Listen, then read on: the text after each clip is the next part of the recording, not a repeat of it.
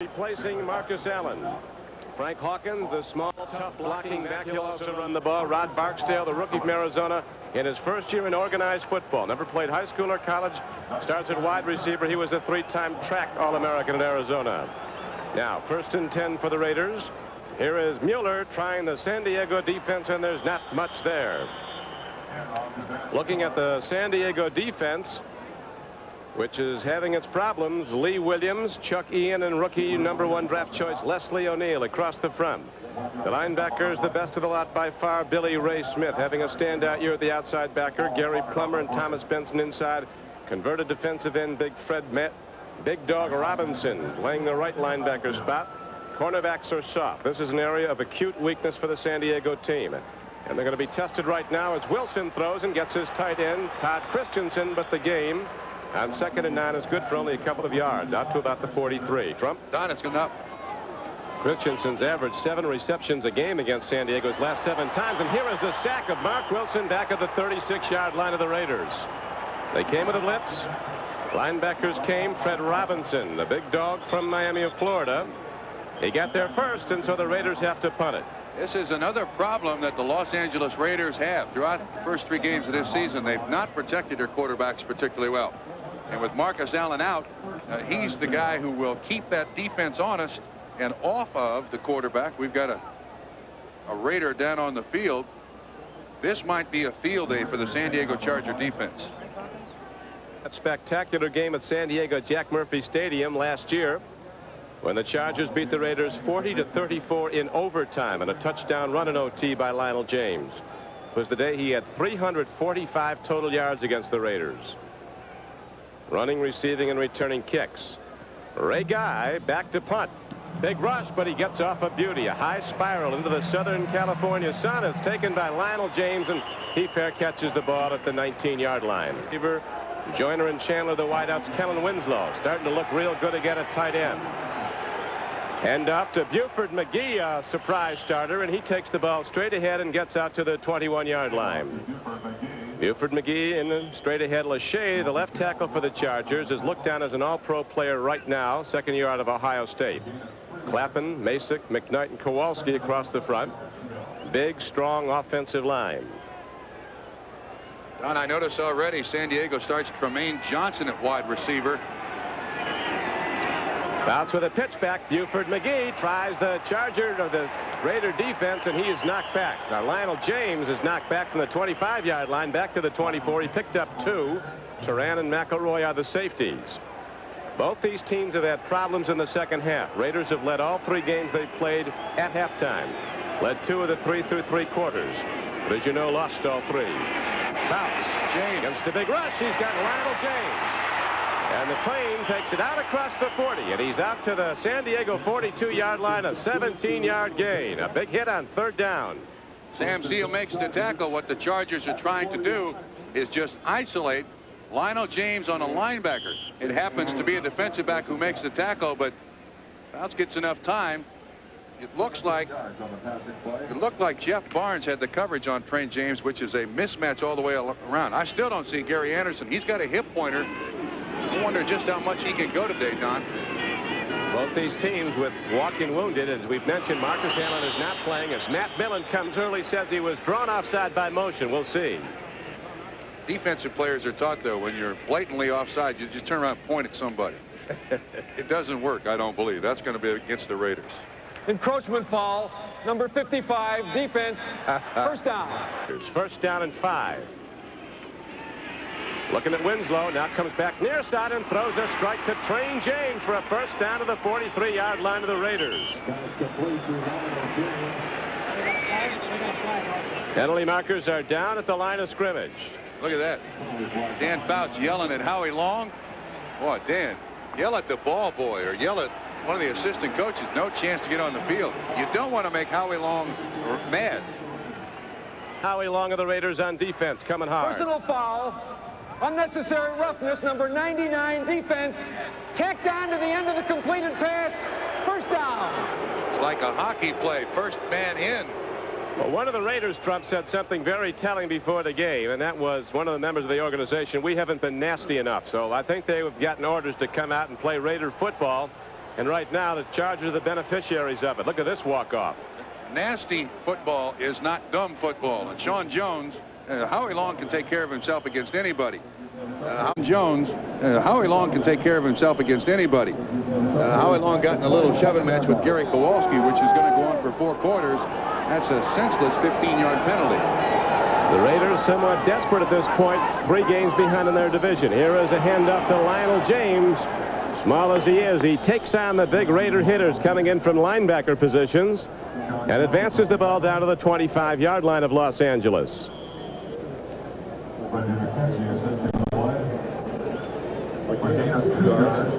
The scoreboard, the final starting to come in. Kansas City defeats Buffalo on a late field goal after the Chiefs trailed 17-10 late in the 4th quarter. The Giants have now come from behind over New Orleans. The Giants trailed 17-0. Don, it appears to me San Diego being a little more conservative, even though they're a high-tech offense. Those 8 interceptions the last 2 games. Bouts throwing very, very high percentage passes. Going to the end zone. Man is open, but he cannot make the connection with Wes Chandler, who had a step on the defense. Sam Seal was defending, but not very well, as with 9:51 to play in the 1st quarter, the Chargers almost connect on a scoring throw. Yeah, now even though that throw is way down the field to Wes Chandler, that too is a high percentage pass. You can see single coverage.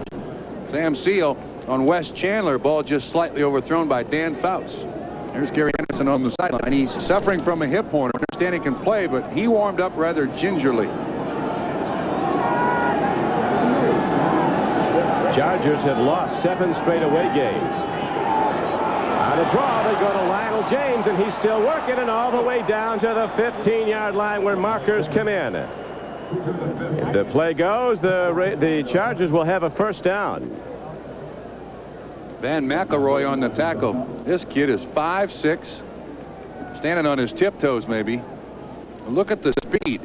That's a face mask penalty. It's going to be on Sean Jones again. Look at this mark-off. Grabbing the face mask. 5-yard penalty, number 99, defense. 1st down. Welcome to the Los Angeles Coliseum. Don Criqui with Bob Trumpy. The Chargers are moving on their 1st possession. We'd like to welcome those of you who've been watching Kansas City in its victory over Buffalo 20-17. As you see, it's scoreless here at the Coliseum. This is the Chargers' 1st possession. Coach Coryell has to be pleased, though, with about 4 penalty calls in this drive against the Raiders. 2 personal fouls, cut down 30 at one point. Pitchback. Lionel James breaks it at the 10. He's down to the 8-yard line. Got about 2 or 3. Stacy Turan, the strong safety, number 30 for the Raiders, knocked him down. The Raiders, Trump, have not lost back-to-back games at home in 8 years. They were beaten here by the Giants a week ago, 14-9. Well, with Marcus Allen standing on the bench, he accounts for about 46% of their offense, receiving and rushing. He's also the guy that the Chargers, just before game time, still didn't believe he was going to be hurt and not available for duty today. Gary Anderson goes in motion for San Diego. Fouts is looking for him. Now he fires, and Charlie Joyner loses it at the goal line. A high wobbly pass on 2nd down and 8 from the 9-yard line of the Raiders. No score, 8:45 to go, 1st quarter.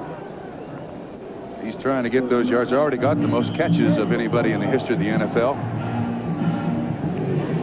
The pressure squarely on the shoulders of this Raider defense today. The offense, I don't think, Don, can generate an awful lot of sustained drives.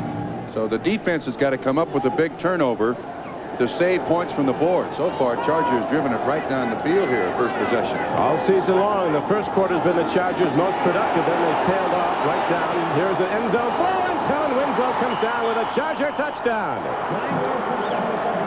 9 yards and a touchdown for the Chargers as Kellen Winslow, with his 11th reception of the year, gets his 1st touchdown.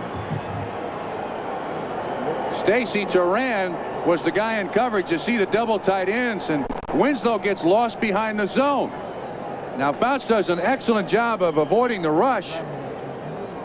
And finally, Barnes gets back there to try to get in his face, but he just got lost. How can you lose a guy who was 6'5", 250 in the end zone? Came in high, but Winslow went up, and he was indeed wide open. Somehow he did get lost as the extra point is up and goes it wide. Now they wave it off. Ralph Benerska's extra point attempt is no good. And so, with 8:38 to play in the first quarter, the Chargers go down the field, beneficiaries of a number of penalties against the Raiders. Kellen Winslow on the payoff end of a Dan Fouts throw, but as you see, Benershka's extra point try is wide and no good. As you said, 20 yards came from Sean Jones.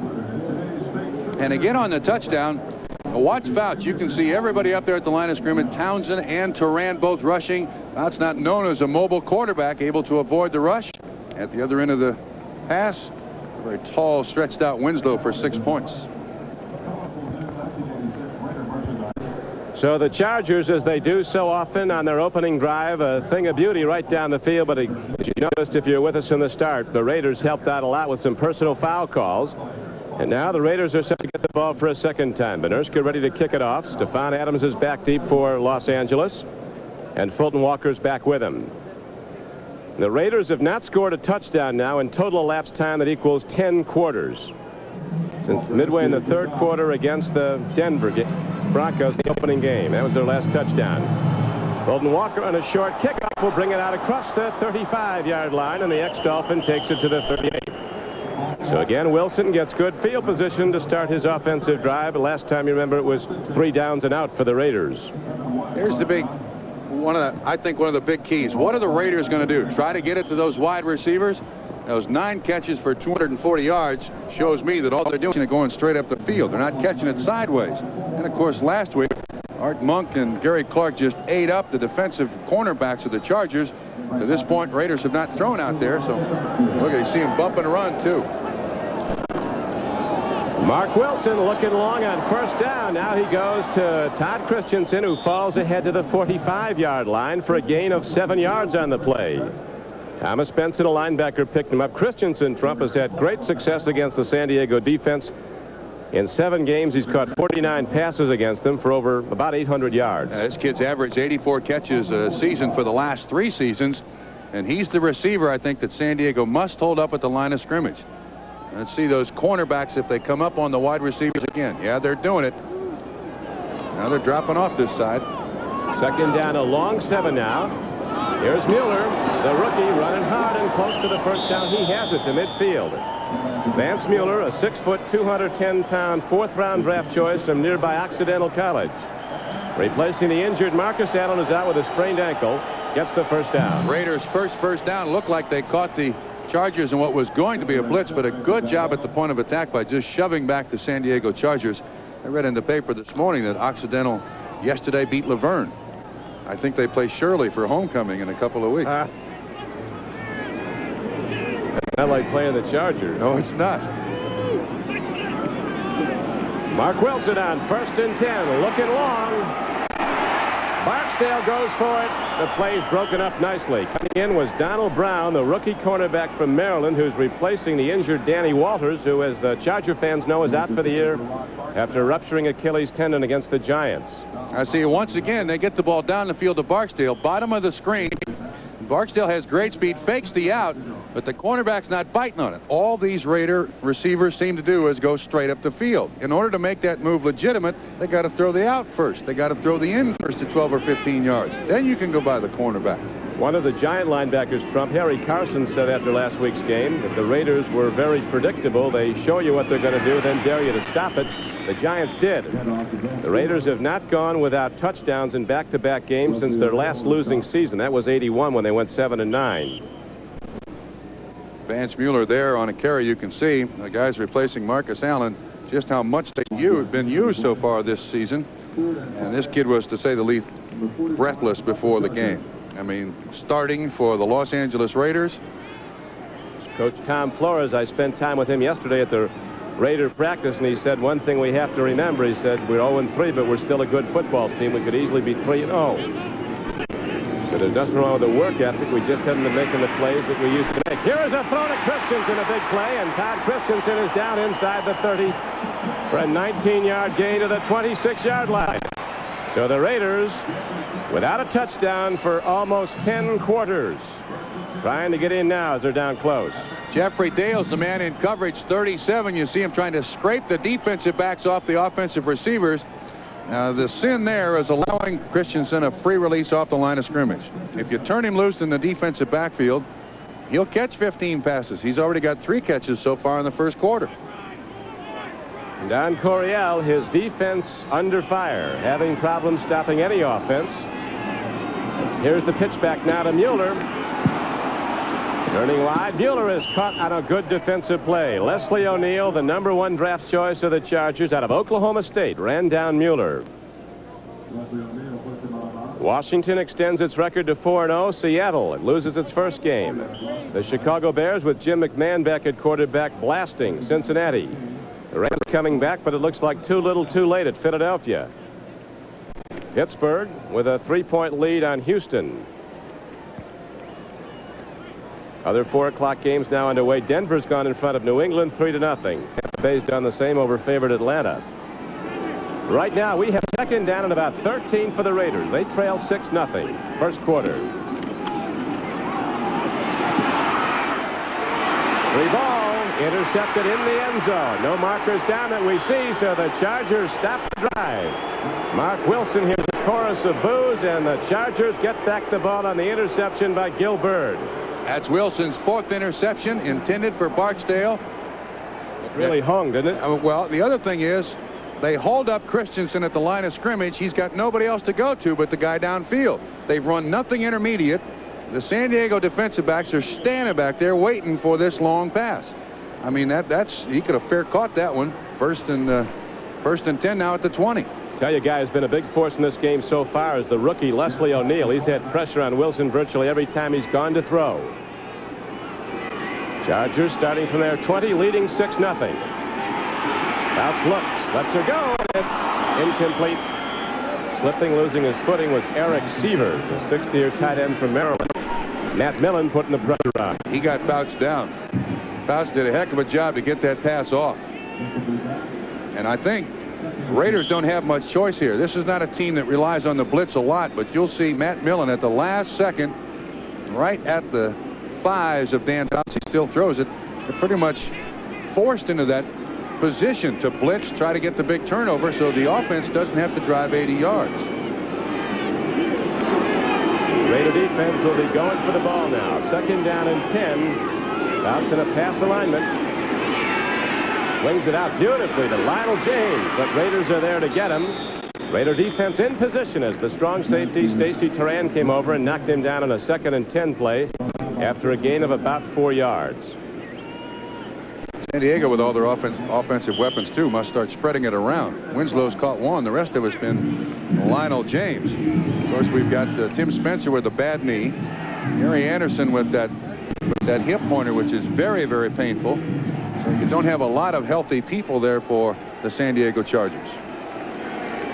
The last time a Charger team beat a Raider team in the Coliseum, believe it or not, was 1960, the first year of the American Football League, when the Los Angeles Chargers beat the Oakland Raiders.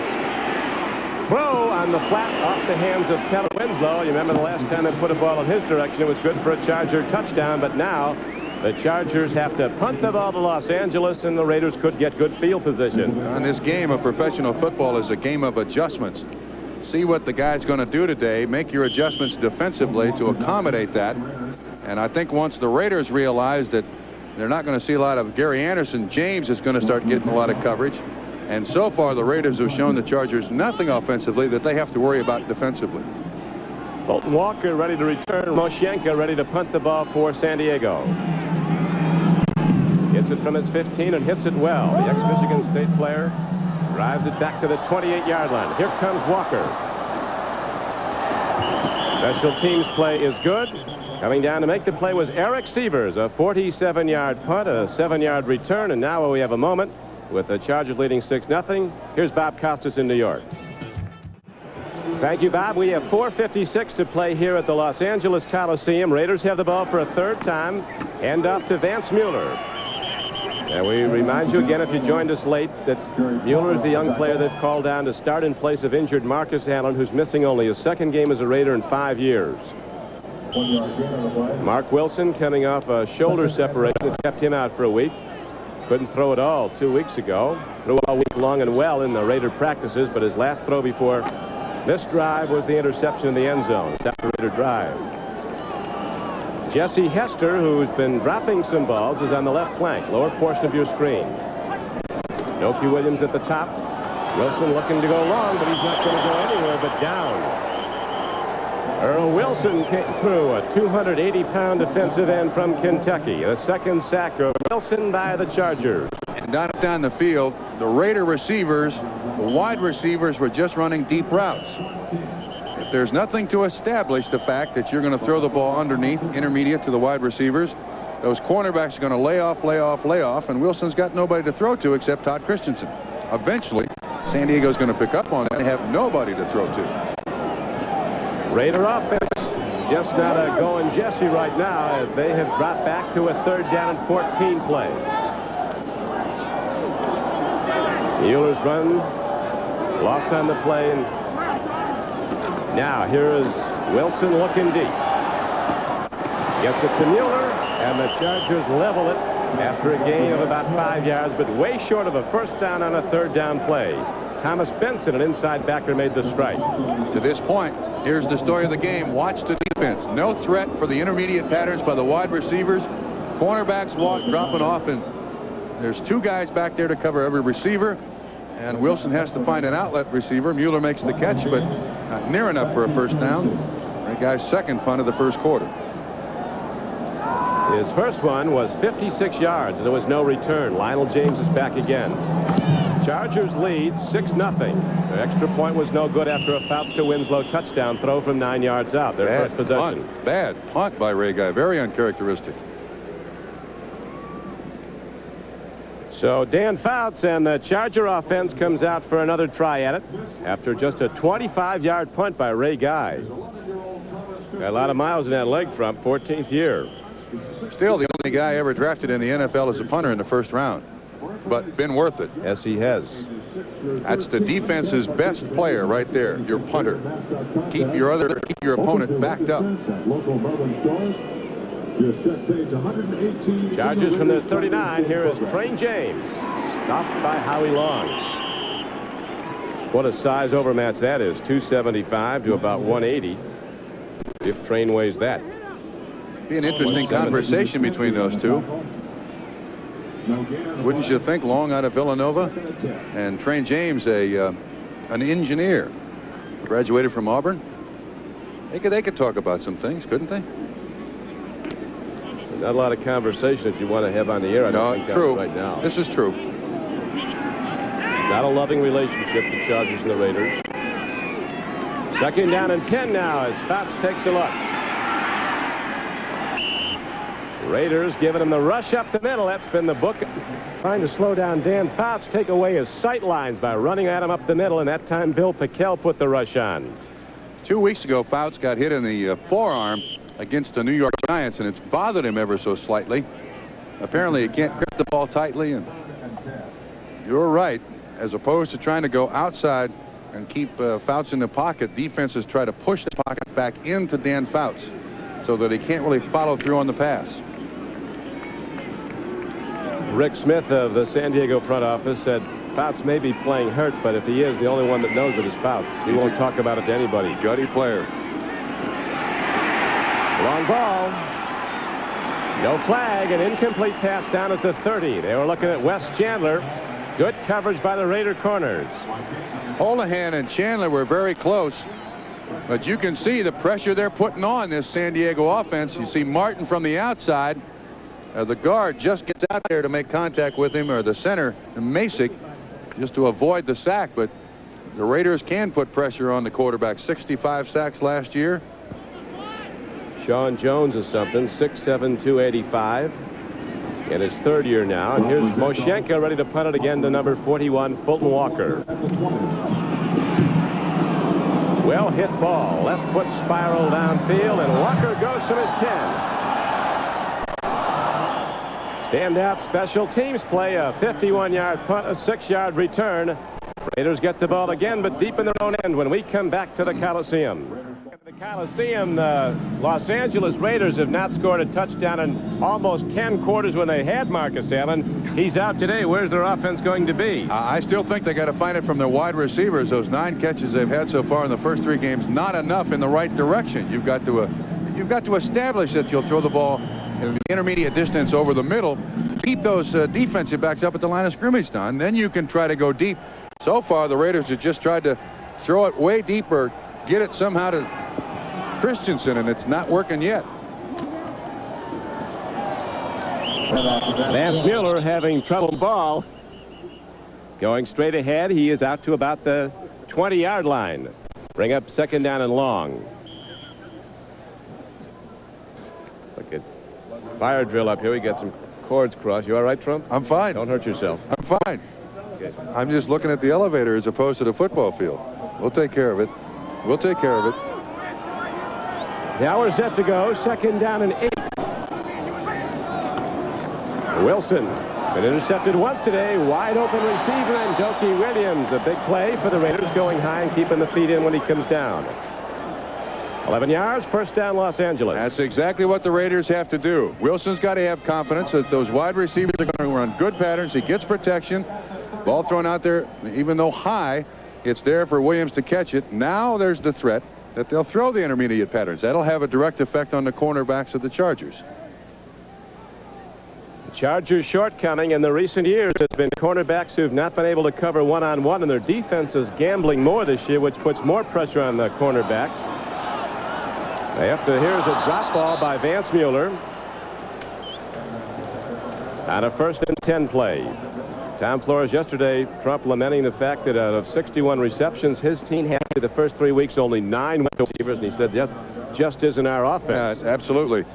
Historically, they've gone to the outside. You see Billy Ray Smith doing a pretty decent job of putting pressure on the quarterback. I'm not sure the Chargers consider that a blitz when Billy Ray comes. Former big defensive end for the Arkansas Razorbacks. A lot more gambling now under Dave Lynn, the newest San Diego defensive coordinator. Open man is Frank Hawkins, and he blasts out to a gain of about 16 yards, and yet another first down for the Raiders. So they start to move the ball. Jeffrey Dale on the tackle. The San Diego defensive coaches commented to me that the one problem they have, this defense is so darn young that at times they just go to sleep out there. They miss an assignment, they miss a defensive call, and Ron Lynn has tried to make it simpler, but the only thing that's going to make this young defense better is just time out there in the pits together. Then they won't make those big mistakes. Ticking down now the closing seconds, as you see, of the first quarter. And the Raiders now going to the 10th quarter without a touchdown. 10th consecutive quarter. They trail 6-0. Chargers scored first possession. Too much time. 9-yard touchdown throw, Fouts to Winslow. Too much time. You could see Hawkins and Mueller there. It looked like Wilson changing the play. Game number 6, offense, first down. He audibled at the line of scrimmage. The running backs were very slow to move, and it cost them 5 yards.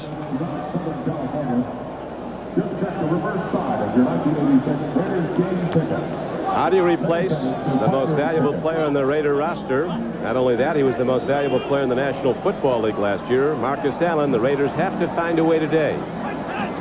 Marcus Allen sidelined with an ankle injury. Street close. Here's an open man. An open field for Doki Williams. And the sprinter from UCLA takes it inside the 25-yard line. They'll spout him out of bounds at the 26-yard line. A 34-yard gain. Donnie ran that on Wayne Davis. He went down the field, faked inside, went back outside. Wilson hit him for a big pickup. And we'll be back after this.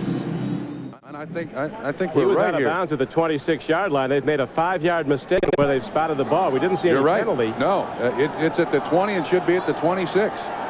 They were the 21. It should have been the 26-yard line. So the Raiders are beneficiary of a 5-yard miss mark by the official. Here's Vance Mueller trying to go outside. And good fumble. Playing a ball on the field, and the Chargers have.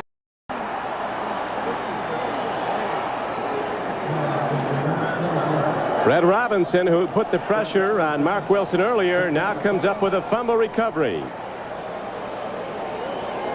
So the Raiders without a touchdown in 10 quarters. Won't get one in this early drive in the second quarter. I'll tell you, that's another problem the Raiders have had this year. That's their 7th fumble and the 6th one they've lost. So Chargers back on offense. Raiders drive it between the 30s. Nothing left. San Diego continues to lead 6-0 at Los Angeles. Anything good? Today's game is brought to you by Mazda Cars and Trucks. The more you look, the more you like Mazda value. By United Airlines, you're not just flying, you're flying the friendly skies. And by National Car Rental, you deserve national attention.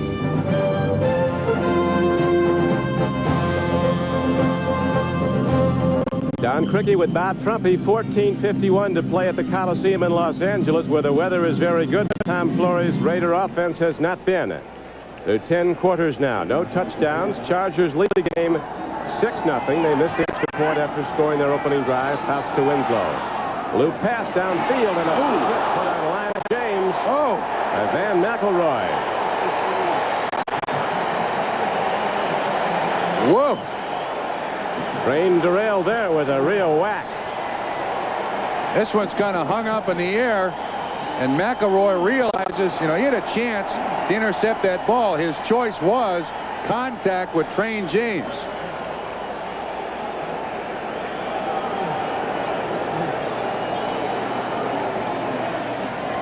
We'll be back after this.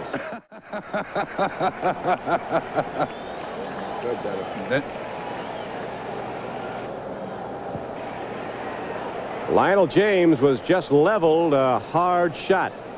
Battering ram hit the helmet of Van McElroy on the body of the smallest man in the National Football League, Lionel Little Train James, and one of the best players in the league. And the train derailed just momentarily. Don, I repeat, Van McElroy from his weak safety position, he could have intercepted that ball.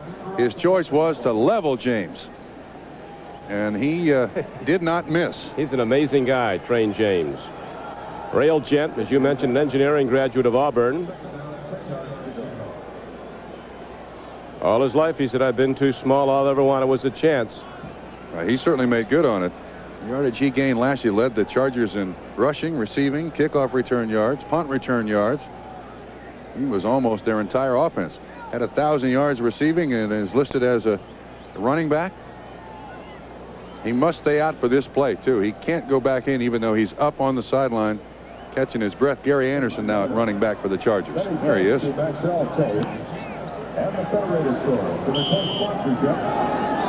Second down and 10 for Pouts and the Chargers from the San Diego 18-yard line. Gary Anderson running from scrimmage gets ahead for maybe 5 yards. About 4 where they'll spot the ball at the 23. Big Sean Jones was the man who made the hit. Let's watch him on the close-up replay. Raiders kind of remade this guy when they first got him. He was about 280 pounds. They got him down to 260 through diet and then rebuilt his body through weight training. He is long and lean and can really handle it. I mean, he's at a Northeastern, too. You don't find many great football players at a Northeastern. Not many number ones. I think he's the only one in the league from Northeastern. The nose tackles from Rutgers and Long is from Villanova, and they quit football when he left. Not from college, but they're all outstanding players. Free ball, and it's incomplete. Winslow almost had a play on it. I think he got it. They're going to get the catch. They are. Yeah, I think he got it. It's a first down. Off the hands of a teammate, Eric Sievers, and Kellen Winslow gets it right off the top of the turf. 5 years ago, maybe 10 years ago, this would not have been a legal reception. Pouts is looking around. You see him try to pressure the pocket inside. Long once again right at him. Sievers misses it. Winslow catches it. Legal catch. Actually, 3 years ago wouldn't have been. Had to touch a defender after it touched an offensive player's hands before another offensive player could get it. And now a run is again stymied. Buford McGee, who's playing hurt, tries to go right at the Raiders, and Matt Millen throws him back. Now, to this point, Don, the offense of the Chargers has not looked high-tech, but the thing it has not done is turn the ball over, which is what it's done the previous 2 weeks. Don Coryell, he saw his team last week with a lead 27-23 on the Redskins. 2 minutes to play. Redskins had no timeouts. The ball on their 31. 3 plays later, they're in the end zone with the winning touchdown. Swing pass out to Anderson. Looks for a hole and gets ahead on a second down and 8 play for about 4 yards. Rod Martin on the tackle for the Raiders. This kid can do so much. Catch the ball, runs great patterns. runs the ball with that reckless abandon you want in a running back when he's completely healthy. And he can be the most electric running back or player in the game. Scored 49 touchdowns in 2 U.S. Football League seasons. Gary Anderson. And now we see Winslow go slowly in motion. Another formation shown by the Chargers. Swing passes. Lionel James, and he's got the first down on a 3rd and 4 play. He's out to the 45-yard line of San Diego. That was a one-hander. And with Train James at 5'6", you got to get it close to him to have him make a one-handed catch. Chargers do a great job of picking up the blitz. Look at that catch. Catches the point of the ball, controls it, and then Lyndon King, a former San Diego Charger, there to make the tackle. 170. James has run the ball well this year, averaging over 6 yards a rush for San Diego. They deploy their backs, though, as wide receivers. You never know what they're going to function as when the ball is snapped. Handoff goes to Buford McGee, and the Raiders again stuff that run. Howie Long, a consensus All-Pro, again makes this tackle. As we remind our viewers that we'll be selecting the Budweiser most valuable player for today's game at the conclusion of the game. The Chargers lead the Los Angeles Raiders 6-0. After the Raiders were stopped their first drive, they punted the ball. Chargers started from their 19, drove down the field, beneficiaries of a number of penalties against the Raiders. And finally, Fouts hit wide open Kellen Winslow in the end zone from 9 yards out. Extra point was missed, and that's how it stands into the second quarter. 6-0 San Diego.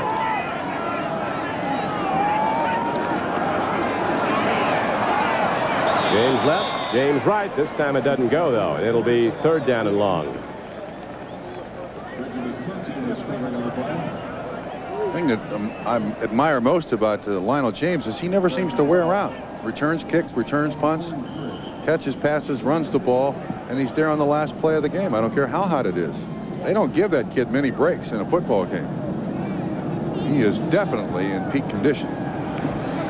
Don Coryell's longtime philosophy on offense is to take one of these specialists and try to find a weakness and then to keep exploiting it. They'll go back to the same thing over and over. They see a mismatch.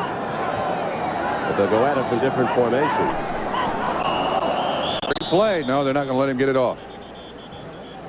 Think Howie left early?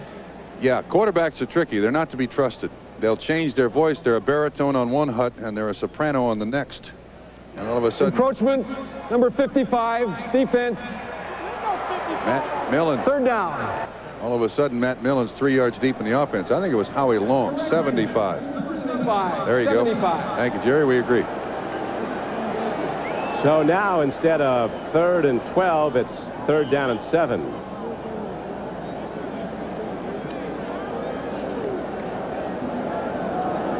.11:23 to play in the first half. The Chargers, after blowing out Miami opening day with a 500-yard offense and 50 points on the board, losers their last 2 games. Fouts against the rush. Eluted. Penalty markers down, and so is Fouts back at the 38-yard line. Could be a holding call additionally against San Diego. Bill Pickell, the nose tackle, busted through. The Steelers are now in the win column. They just beat Pittsburgh 22-16, as those of you who are just now joining us know. Number 89, offense declined, 4th down. Here at the Coliseum in Los Angeles, this is Don Criqui with Bob Trumpy. The San Diego Chargers leading on a Dan Fouts to Kellen Winslow touchdown pass early in the first quarter. No scoring either way since. It's a 6-0 San Diego game. Extra point was missed. As now with 11:10 to play in the half, Ralph Moshienko from Michigan State is back to punt again for the Chargers. There's Fulton Walker, the return man for the Raiders. Los Angeles Raiders, defending champions of the AFC West, have not scored a touchdown in 11 quarters now. Over 11 quarters. Long ball hit downfield.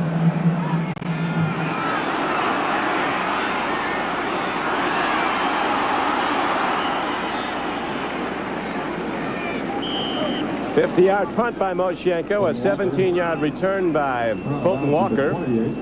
Now Tom Flores sends his offense back out when we see him in Los Angeles. The Chargers lead the Raiders 6-0 in the second quarter. One of the problems with the absence of Marcus Allen, who's out with a sprained ankle for the Raiders, strong the fact that, as Flores, the coach, put, he's always been there. Psychologically, it's devastating. Yeah. We've had to change quarterbacks because of injuries, but he's always been there. Well, I'll make this comment, too. In the second quarter, the Raiders still are not over it either. They haven't found out a way to have their offense function at all. And Marcus Danovich is a threat that the defense would have to account for him on every single play. Out of the lineup, obviously, they can play it pretty honest. Mark Wilson looks to the out pattern and gets his man, Dokie Williams, with a good turn back move. Williams is out to the 44-yard line of Los Angeles. A 16-yard gain for the Raiders. That's what the Raiders have got to do. Get these cornerbacks, get these wide receivers on these San Diego cornerbacks, just the intermediate range, and that makes the threat of the deep pass so much better. That's a nice 16-yard pickup by Dokie Williams. Dan Fouts being attended to with a broken nose on the Charger sideline. Knowing Fouts will be back as the Raiders go to Strahan, a first-year back from Boston College, and he doesn't get much on a first down carry. Got to the 45-yard line. I don't know what the OF means, but overtime final. There you are. New England now tied 3-3. The Jets leading the Colts. Atlanta coming back to take a lead over Tampa Bay. So Dan Fouts is going to be pieced back together. Not the first broken nose. Won't be the last one for him. Disrupt his profile temporarily, but it won't hurt his football. He'll be right back. Strahan runs again on 2nd down and 9. Lee Williams throws him back. He was the first tackler for San Diego. And the guy we haven't seen for the Raiders yet so far is Napoleon McCallum. The guy, Ensign McCallum, we thought we were going to see a lot of today. He's still learning the offense and also getting over a pulled hamstring. But of course, Strahan and Vance Mueller, they're there every day in practice. And McCallum right there, Ensign McCallum, doesn't come till about 2 o'clock in the afternoon after he gets off the Peleliu, amphibious helicopter ship of some sort. Former Navy man Bob Trumpy speaking. What was your final rank? Out of here. Dropping back. Mark Wilson. Markers down. And it's too high for Dokie Williams down at the 38-yard line of San Diego. 8:47 to go in the first half, and we could have holding against the Raiders. Certainly no doubt there are 2 flags within a foot and a half of each other, so I think the Chargers will probably make the Raiders punt. Is it offsetting maybe? Holding number 79, offense, penalty declined, 4th down. Now, if I'm the Los Angeles Raiders with my problems at offense, I look to try to run from the punt formation. You got to start coming up with some tricks because you really don't have your mule there to play, Marcus Allen. They got to do it somehow.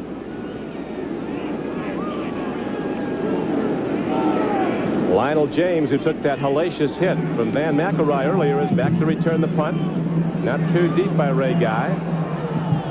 But they have to let it roll, and the Raiders will down it inside the 15-yard line of the Chargers. So Dan Fouts in the offense coming back out.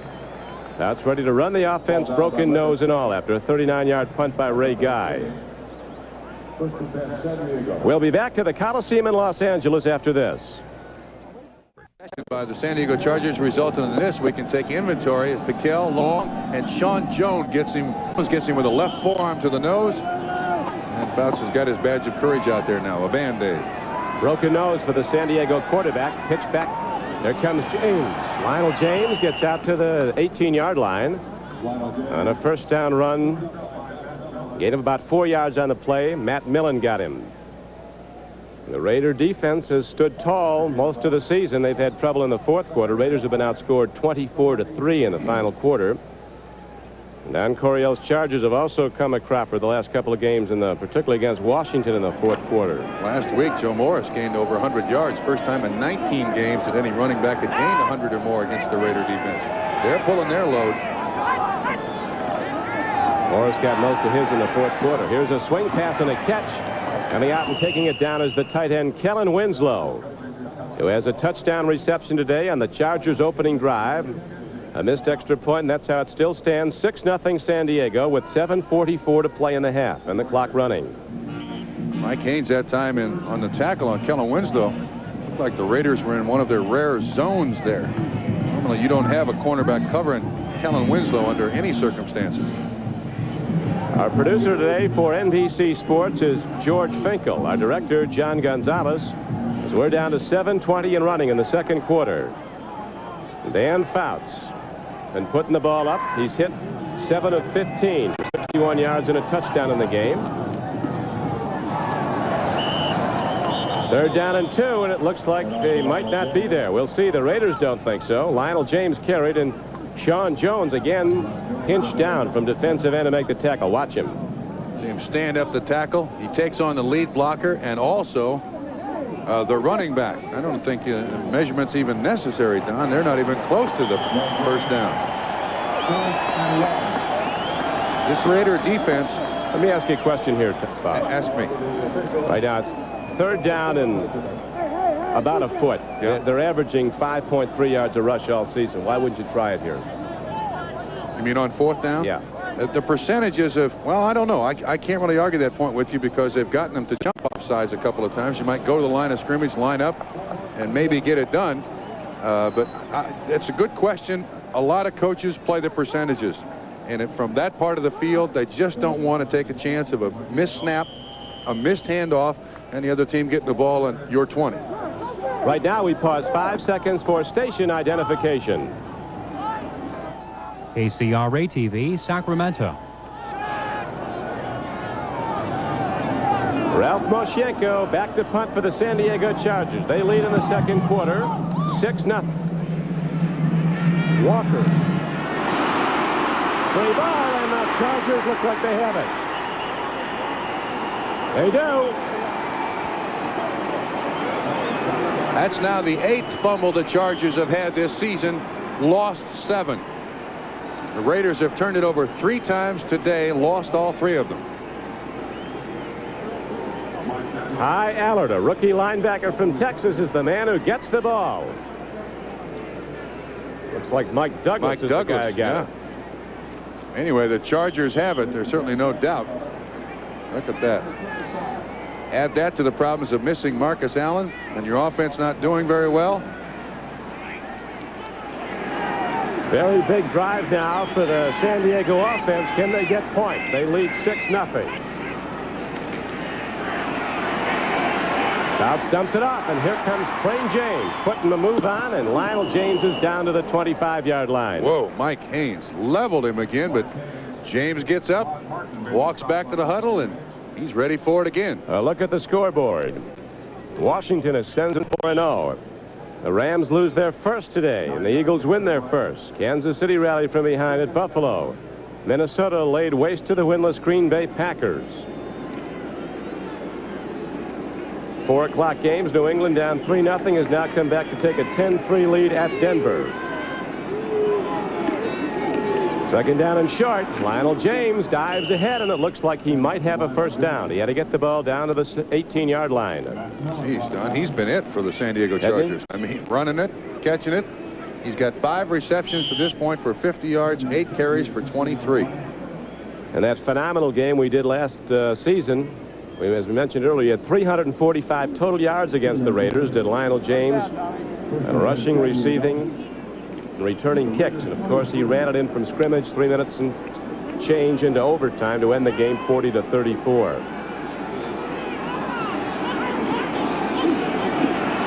Fouts standing in, firing, and he's way high. Going for Wes Chandler off the right flank. Wes Chandler will go into a crowd. That time the ball was too high to even try for it. We remind you that this telecast is presented by authority of the National Football League. It is intended for the private use of our audience, and any rebroadcast or abuse of this telecast without the express written consent of the Raiders and the National Football League is prohibited. Van McElroy down, Don. We'll be back at the Coliseum after this. Dan Fouts with some pretty good first half numbers, 9 of 18, and he spread the ball around. We'll get to just how he's broken down his passing as he right now goes to the run, and Train James takes down a defender and gets the ball down to the 20-yard line. Second down and 10 play, he got 3. That's James's 9th carry of the first half. He's also caught 5 passes. Winslow's caught 3. Anderson 1. but it's been mainly Lionel James, the littlest guy in the NFL, carrying the load for the San Diego Chargers. If the Chargers go to the field goal, Ralph Benerska has been perfect this season. He's 5 for 5. His counterpart, Chris Barr, the Raiders, is 7 for 7 on field goals. Bounce looks. Winslow with a big play. He's down to the 8-yard line. Maybe the 7. It's a first down, San Diego. What a good-looking play that was for the Chargers. They had both tight ends open. Holohan was open over the middle. You can see he goes in motion. Up underneath, it's 56 Barnes in coverage. And, of course, Barnes never looks back at the quarterback. Winslow's watching it all the way. That's a nice catch. You see him around Dan Fouts all over the place. Piquel, that is an excellent catch by Winslow. Almost attempted at a block by Trumaine Johnson, number 83, too. First and goal, San Diego. Chargers lead 6-0 as Buford McGee is closed down for no gain. Might have lost a half yard back to the 9. Piquel, the nose tackle, made the play for the Raiders.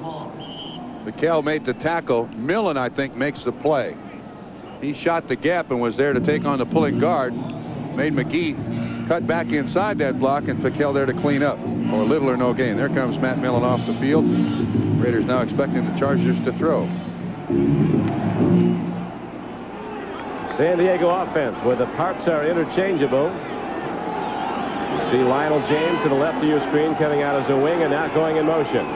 Second and goal from the 9. That's fires. Man is there. Touchdown, Chargers. Trumaine Johnson comes down with the ball. A U.S. Football League star caught over 170 passes in 2 years in that now quiet league, and Trumaine Johnson gets his first touchdown in the NFL. Good pass protection here by the San Diego offensive line. Fouts has got plenty of time to look all over the field. Johnson makes a good adjustment to the pattern. McElroy in coverage, and that's the first reception by a Charger wide receiver today, and it goes for a touchdown. So with 3:34 to go in the first half, the Chargers now look to extend their lead to 13-0, and they do. Benerska, you remember, was wide on his first extra point try. This one is good. We'll be back with the Chargers kickoff after this. Los Angeles, but the Raiders again without points. They've now gone over 11 quarters without points this season. Have not scored since midway through the third quarter of their opener. Have not scored a touchdown at Denver. And the Chargers just went down the field, and finally it was a Dan Fouts, broken nose and all, gunning the ball high in the air, and Trumaine Johnson going up and coming down with it for a score. 2 touchdown throws for Fouts. First to Winslow, now to Johnson, and it's a 13-0 game, San Diego. Stephon Adams is back deep along with Fulton Walker now as Benerska kicks off. Fulton Walker from the 2.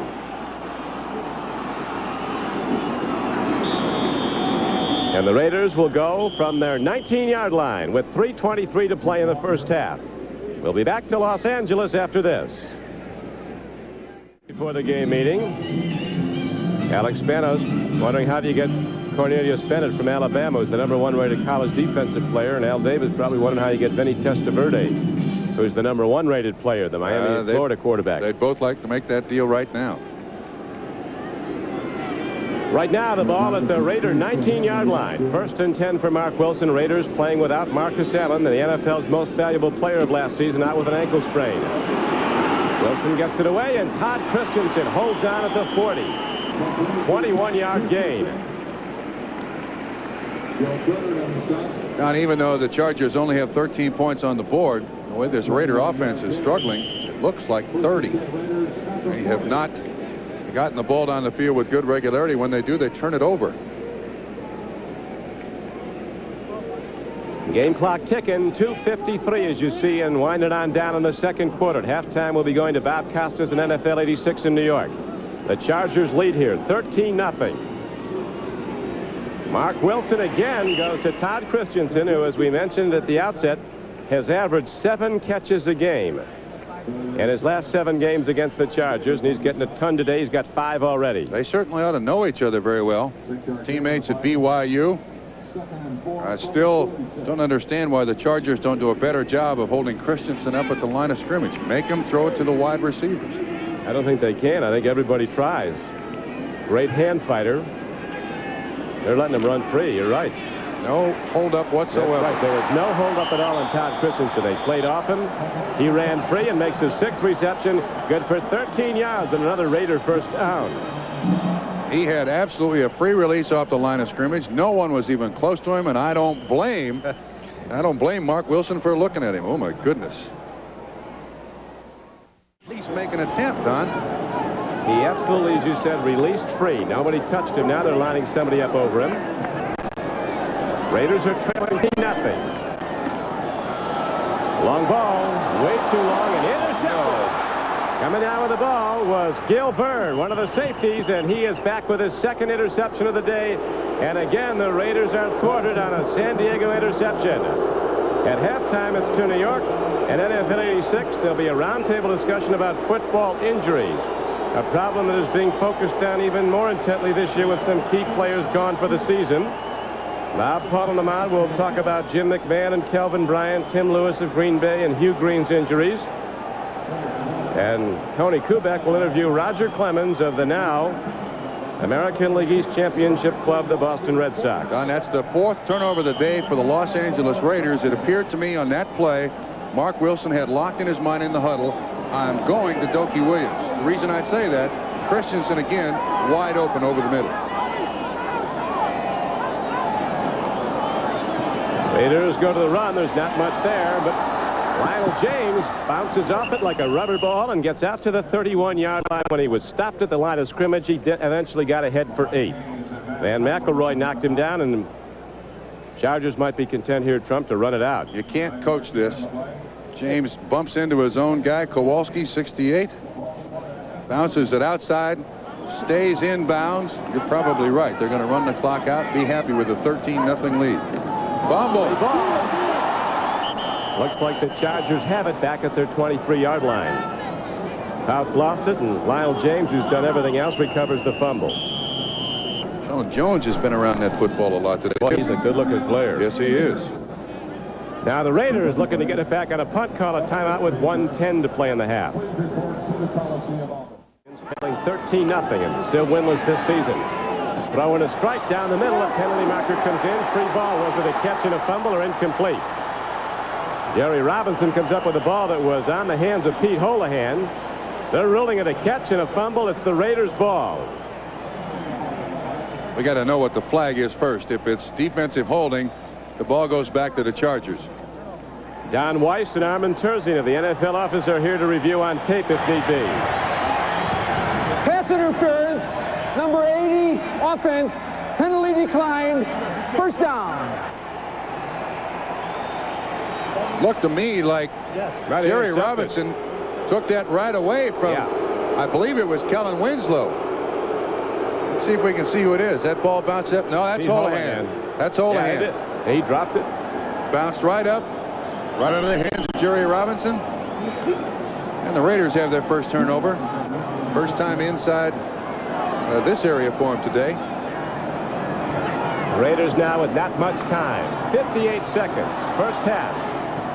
Incomplete. Looking at Christensen down at the 27-yard line of San Diego. Wilson that time did an excellent job of avoiding the rush. Chargers all over him. Steps out of the pocket a little bit.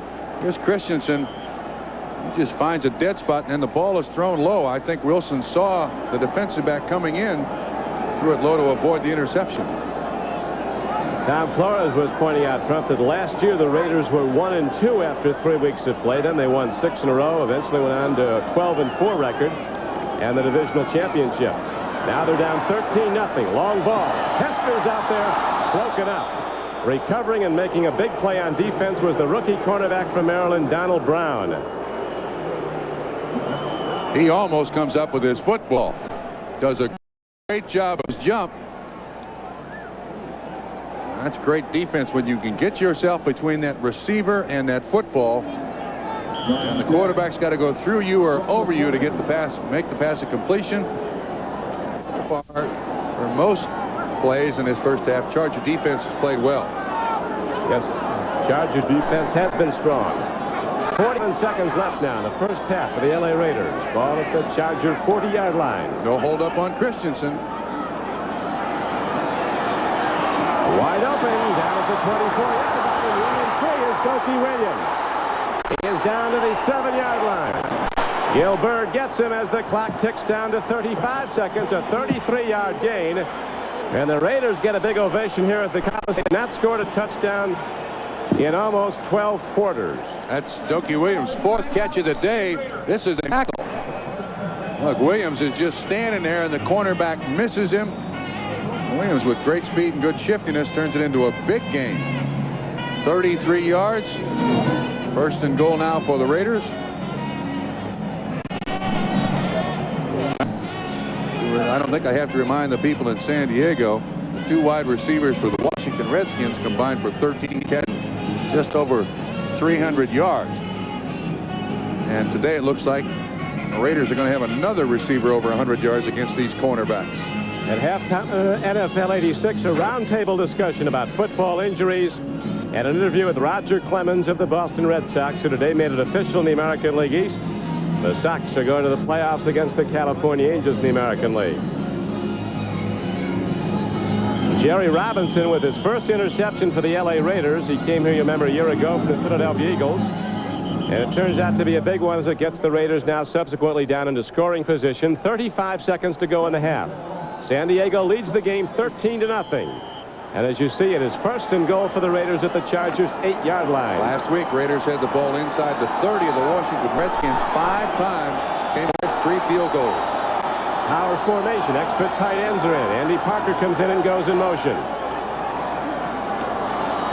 Wilson looks. Here's the rush from O'Neal. He's going to get him. Nicely done by Wilson. Now they're going to rule him down. They're going to give Leslie O'Neal a sack. In the grasp, they call it. Boy, O'Neal can run. Ooh. Young man out of Oklahoma State who catches this from the backside. I think he's looking at 3rd and last charge timeout, Raiders. I think he was looking initially at Todd Christensen, covered very well by the Chargers. And now Raiders just took their last timeout from with 28 seconds to go in the half, and San Diego in the lead 13-0. It'll be 2nd and goal from the 12-yard line. You would certainly think that the Chargers would guess that the guy who is the primary receiver is Todd Christensen in this case. They've not thrown the ball to the backside of the backfield that much today. Marcus Allen being healthy, he'd certainly be your pick. You got to cover him, and he sets up so many other things the offense does. This spot on the field puts the defense at a terrible disadvantage, because the defense can use the end line of the end zone as another defender. You know they're not going to run a pattern more than 15 yards deep, so you know when to stop. This is the toughest part of the field to score from. They haven't run the ball, so you can't look for a run here. They almost have to throw it to stop the clock.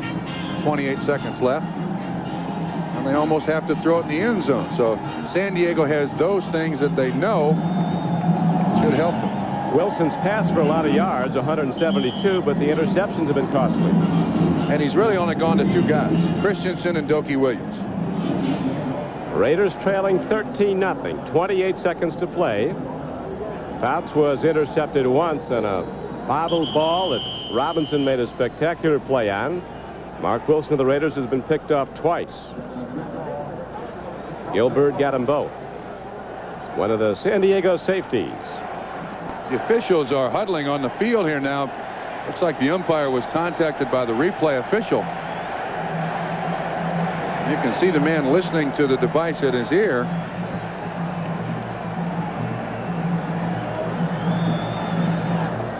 They probably take a look to see if they felt that Wilson got the ball away, but they gave a sack to Leslie O'Neal, and it stands. It's a loss back to the 12-yard line, so instead of 2nd and goal from the 8, be 2nd and goal from the 12. Looks like single coverage at the top of the screen here. Into the end zone, wide open, but Jesse Hester can't get to the ball. He claims he was interfered with. No penalty. The clock is stopped with 23 seconds left, and it's 3rd down and goal now for the Raiders. Hard to imagine with the problem that the Chargers have had with their cornerbacks, that in that situation you go with a man-to-man coverage. And I think Hester was held too. Right at the break, you had both receivers, Dokie Williams and Jesse Hester, right there next to each other. looked to me like Charger defensive back Donald Brown got his hand on Hester, but no flag. Here it is again this side now. Said yesterday that it's really been a game of inches down close. We just haven't made those plays, but they turn into miles when you don't get there. Wilson on third down, scrambling into the end zone, and down with the ball is Dokie Williams. It's a touchdown for the Los Angeles Raiders. Both feet were in. The back judge standing there looking right at him. Head shakes up and down. So the Robinson interception has turned into a touchdown for the Raiders. Their first in over 11 quarters of elapsed time. This is an excellent job of, one, avoiding the rush by Wilson and then getting it off. 2 feet must be down inside that white line. From here, it looks like an excellent catch. Very well done by Dokie Williams. Wayne Davis was covering. So the Raiders come up with points when it looked like they go to the locker room shut out in the first half. 16 seconds to play in the half. Extra point is up and good by Chris Barr, and it's now a 13-7 game, and that missed extra point on the first touchdown by Benerska of the Chargers would loom large as this game wears on into the second half. Again, you see Williams at the bottom of the screen, and Wilson just getting the ball up there. It's up to Williams to make the catch, and receivers have the feel of the in-line and the sideline. The extra point has already been kicked. There'll certainly be no changing of that play. The 7-point stand on the board.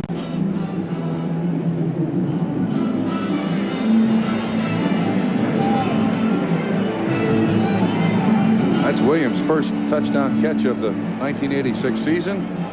Imagine Tom Flores has a sigh of relief. Finally, a touchdown.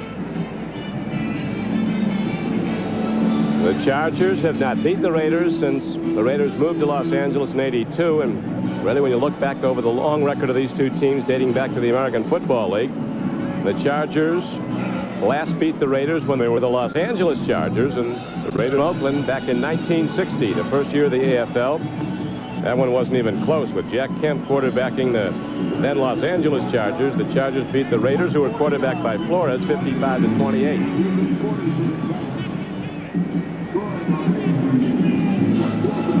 Mark Wilson had thrown 8 touchdown passes in his last 3 starts against San Diego. Gets his first one today after 2 interceptions. And it's now a 13-7 game. That's got to be demoralizing for the Chargers. You're right. Points at the end of a half can help a team like the Los Angeles Raiders, who have not played particularly well.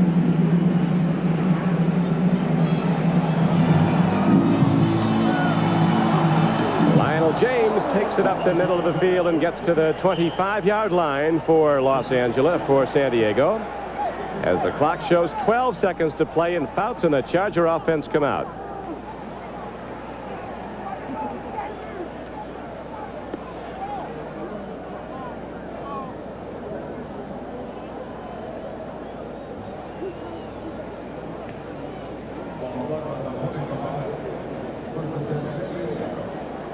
Ball positioned at the 25-yard line of San Diego.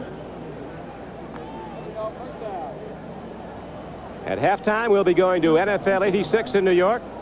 But right now, the Chargers, they're going to run it out. They're just going to go to the run and take a 6-point lead to the locker room. They thought they were going to take a 13-point. That will do it for the first half. As you look at the scoreboard, They've had 4 turnovers in the first half, and yet they only trail by 6. That's encouraging. Absolutely, that's encouraging. I mean, without the 4 turnovers, they got inside. They had it in the scoring range 4 times, and those 4 turnovers just killed 4 drives. So they've not been hurt, and I'm not sure they're going to get better offensively, but at least psychologically they got to feel, hey, look, if it's not for the big mistake, we're leading this ball game. Well, the Raiders have been outscored 24-3 in the fourth quarter. That has been their down quarter, but so has it been the down quarter of the San Diego Chargers. They've not done well late in the game. The first half has been the first 3 weeks. Yeah, and then I think both these teams suffer from the same problem today. I don't think they've got the horses. It's pretty obvious that Gary Anderson for the Chargers is not going to be much of a factor today because of his hip pointer. And they got Tim Spencer out with a bad knee, and Marcus Allen missing for the Los Angeles Raiders means that basically Fouts has got his wide receivers and Lionel James to go to, and unfortunately for Mark Wilson, it appears he's got Dokie Williams and Todd Christensen to go to, and that's really about it. So you're looking for balance when you play football. Balance between offense and defense, balance between run and pass, and balance between outside receivers, tight ends, and running backs catching the ball. Neither team today in very good balance. Well, let's look at the halftime numbers as Mark Wilson limbers up that right arm that kept him out for a week with a partially separated shoulder. Raiders have run the ball. Not very well at all. 30 yards without Marcus Allen. Look at those numbers passing for Dan Fouts, though, in the Chargers. He's yet to throw for 300 yards in this 1986 season. And this guy wrote the book on 300-yard games, 47 in all, which is a league record, 6 400-yard games. And with his broken nose, I don't think that's a... The Raider defense has done an outstanding job. It's the inconsistency. It's the lack of horses, I think, on the Raider offense. That's really hurt Los Angeles more than anything else. Raiders ready to kick it off as we get set now to start the third quarter of play. You joined us late. Chargers scored on their first possession. Started at their 19. Were aided and abetted by some personal foul calls against the fired-up Raiders. Got it down close, and Fouts hit Winslow. Dan Fouts to Kellen Winslow from 9 yards out. Extra point missed. It was 6-0. The Chargers extended their lead in the second quarter with another Fouts touchdown throw as we see Tom Flick warming up. I don't know if that means anything. Dan Fouts, as you know, does have a broken nose suffered in this game. Then the Raiders came back, turning an interception by Jerry Robinson a short time later into a touchdown reception by Dokie Williams. Lionel James lets it bounce, and the Raiders will have to kick off from their 30. In case you tuned in late, to Marcus Allen out with that badly sprained ankle he received last week on the sideline in street clothes. And there's Dan Fouts with his broken nose. Looks like he's going to be all right. That's got to be one of yards totals for Dan Fouts in his career professionally. 97 yards and a half on 11 completions. I tell you, it's news when Dan Fouts doesn't throw for 300 yards. He's had 48 career 300-yard games. And he hasn't thrown for one yet, 1986. It's been the turnover. That's the big story today. 4 by Los Angeles, 2 resulting in scores, and 1 by San Diego, resulting in the Raiders touchdown at the end of the first half. Strong suit of the Raider team is unquestionably the defensive front three. 3 tremendous Pro Bowl quality players. Long is a consensus All-Pro, but Sean Jones is starting to look just as good, although they're both aided to Kellen Jones by the fact that Howie Long is always double team blocked. And here comes Lionel James. Not done. Oh, he lost the ball. Who's got it? Raiders think they do. Right in front of the Raider bench are some happy Raiders, and the official concurs. And so the Raiders start to make it happen now with defensive play. You can never say too quickly. Tim Moffitt apparently comes up with the recovery, but you can never say too quickly. The replay will always be the final judge on this. The ground cannot cause the fumble. Oh, it's loose. It's loose. There is no question about that. Raider ball. Tim Moffitt at the Charger 40.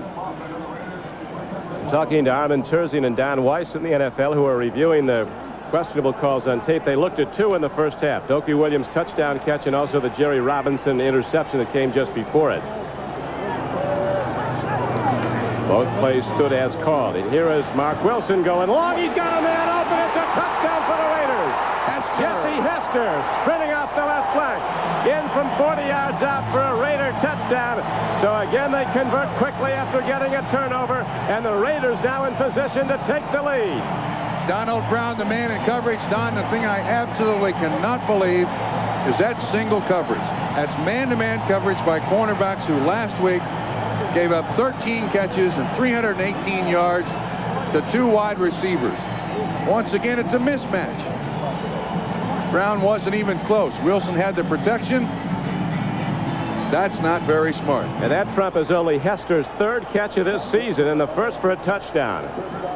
By that time, the pattern and the throw were perfect. And now Chris Barr looking to put up a 14th point for the Raiders, which he does, and Los Angeles takes the lead. That's unbelievable.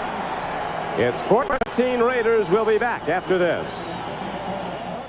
Against the Los Angeles Raiders, so they back it up 10 yards, and Chris Barr's got to kick it again.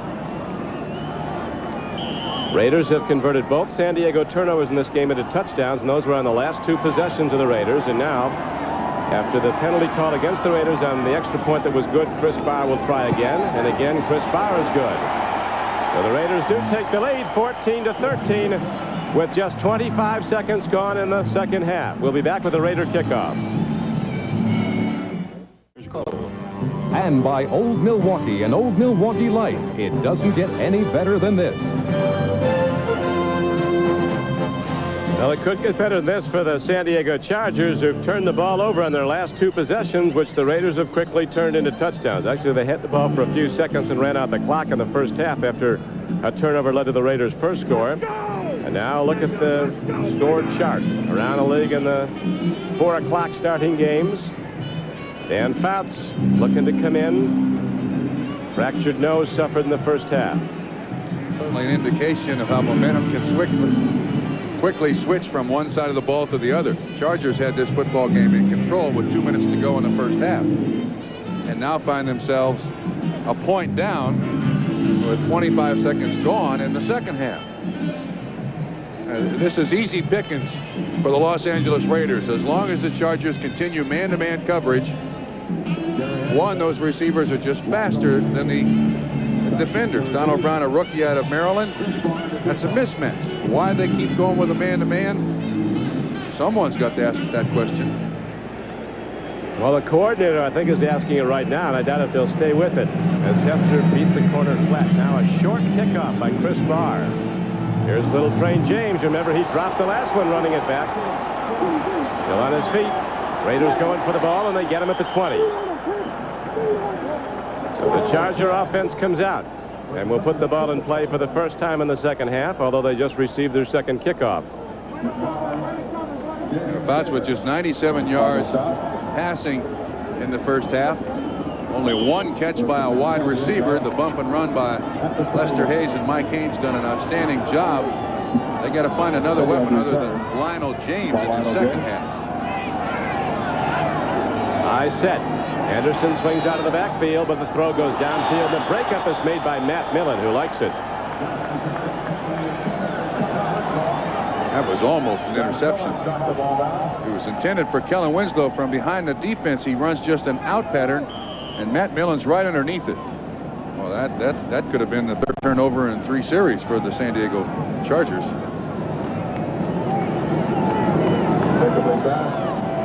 Chargers with big trouble over the years here at the Los Angeles Coliseum. Gary Anderson looks to run the ball, and on a 2nd down and 10 play, he gets only a couple. Trying to cut back Raider linebackers in position again. Jerry Robinson made the stop for Los Angeles. Now, don't you agree that Gary Anderson looks very tentative out there? Looks hurt. Normally when he plays, he is just... They haven't sent him long either. No. Now he's going out of the game. He runs the fly pattern. He just can't run well with a hip pointer. Yeah, he just turns it loose when he plays and when he's healthy. And no doubt that hip pointer is bothering him. The Chargers all say that Anderson's a tremendous competitor. Plays every down of practice like it's a game. But he can't go hard today, apparently, with the hip pointer. Now motion in the Raider line. They got him 3 times in the first half for coming early. They got him again.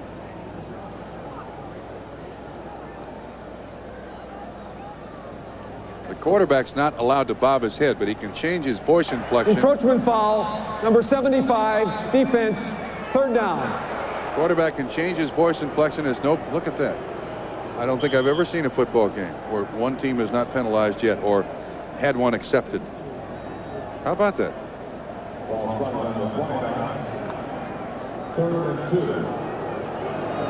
Personal fouls calls back-to-back in one play against the Raiders gave the Chargers 30 yards in opening drive, and subsequently they scored the first touchdown of the game. Joyner. Oh! On a 3rd and 2, the Chargers don't get there, and they have to punt the ball back to the Raiders, who've scored their last 2 possessions in this game to take a 14-13 lead on San Diego. Sam Sia was the man in coverage. Joyner doesn't miss many of those. Fouts calls him his security blanket. And once again, the Chargers appear to be going into shock here. I don't know what's going to get them out of it.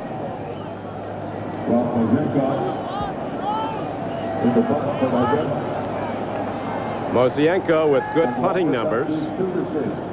Chargers could give up good field position here, though, as Fulton Walker's back. He's going to return it from his 35.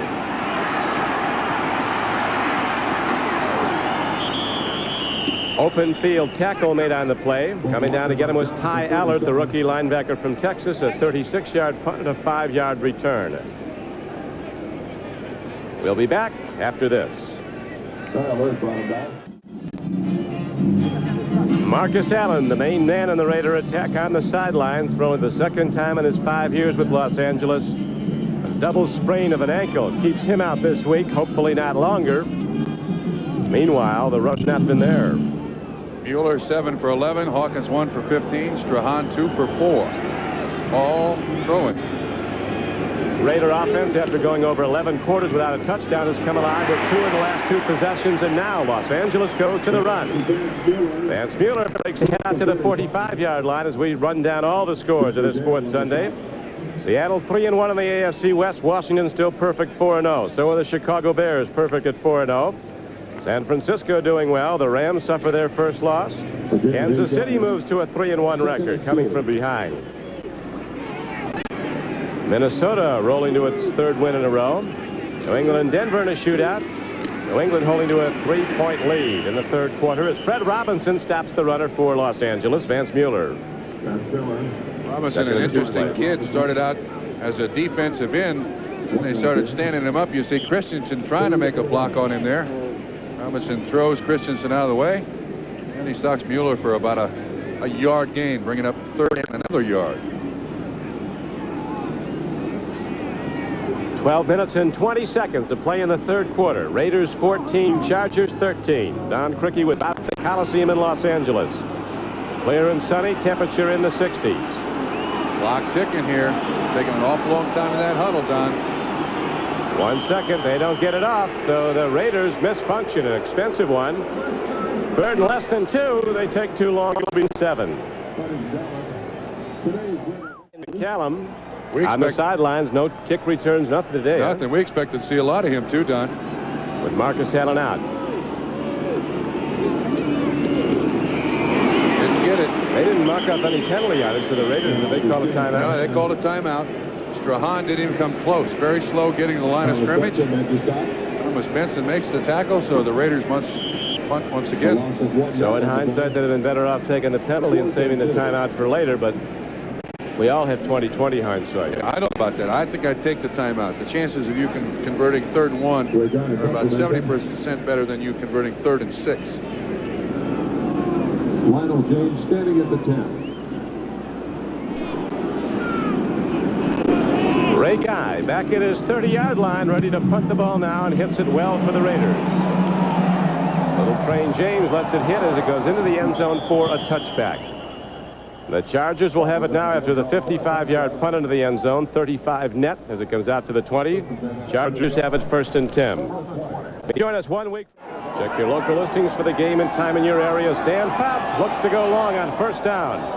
Throwing a catch. Chandler comes down with the ball at the 34-yard line for a San Diego 1st down, a 13-yard gain. I have to check with our statistician, Dennis Mnuchin. I think that's just the 2nd reception by a wide receiver from the San Diego Chargers today. Of course, with the bump and run coverage with Hayes and Haynes. His first. Tremaine Johnson caught the other one for a touchdown. They've shut those wide receivers down very well.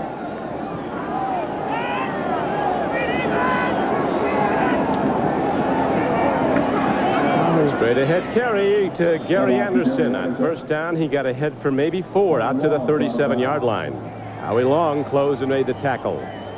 But now it's a different game. It's swung markedly. It's amazing how one play can turn it, and it was a very difficult interception by linebacker Jerry Robinson that really turned this game.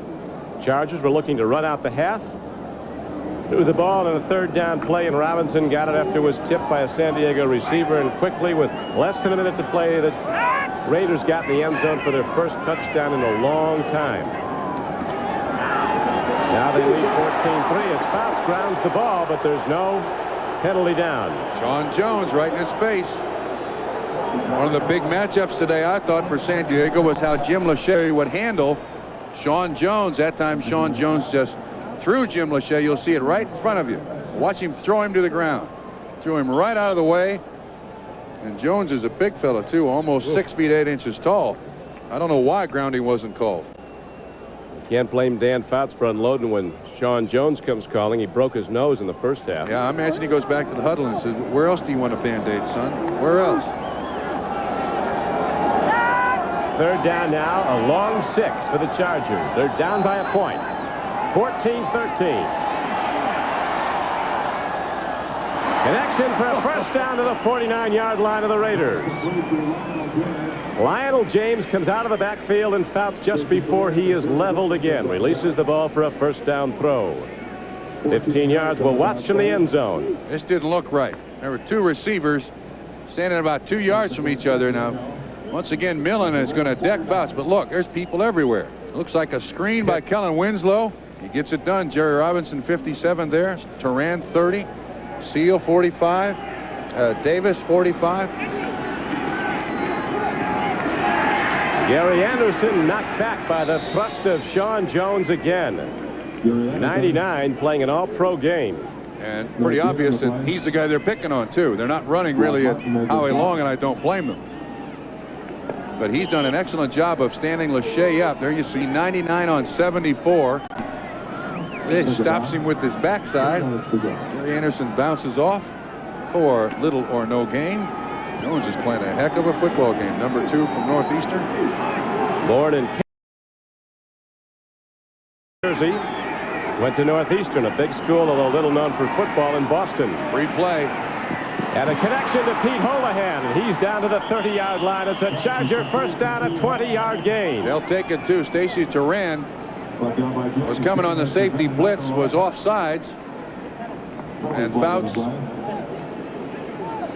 Yeah, it looks like we got 2 flags. One at the line of scrimmage, one down the field a little farther.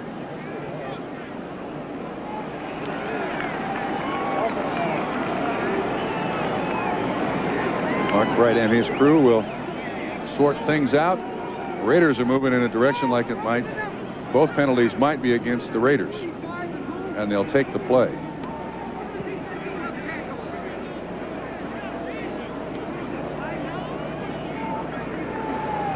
We have 2 defensive fouls.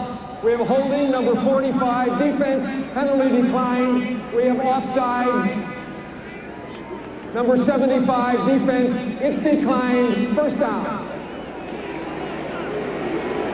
Howie Long's upset. I don't think it was Howie Long offsides. I think it was Stacy Turan. Davis was the man in coverage. Holohan's been open a lot.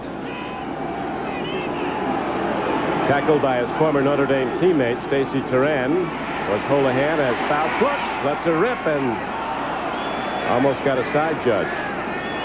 Sure didn't get a receiver. Well, the side judge was open.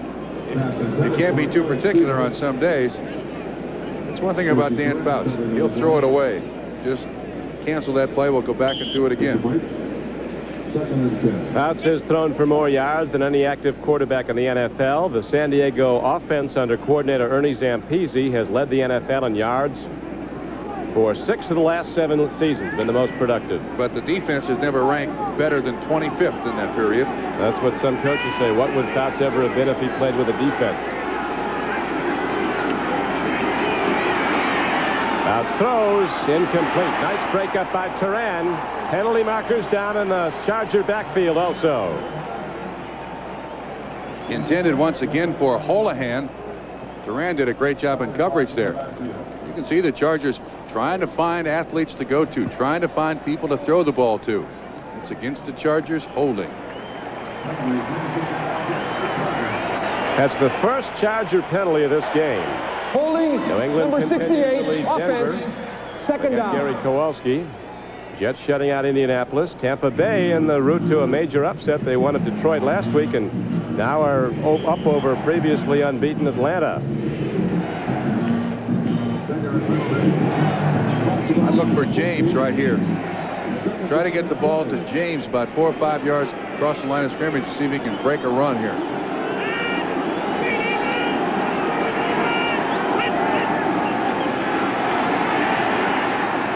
Screen blocker in front. Masic's out in front of Gary Anderson, and again markers are down in the Charger backfield. Now they had a double screen set up. It's against the Chargers. They had a screen set up to Lionel James, and they had a screen set up to Gary Anderson, Chose Anderson. But the penalty is going to bring it all back. Holding number 68, offense, second down. That's 2 in a row. Now he's on Howie Long. And when you got a quarterback back there already with a broken nose, I guess the right choice is you hold him as opposed to him breaking something else. 30 yards to go.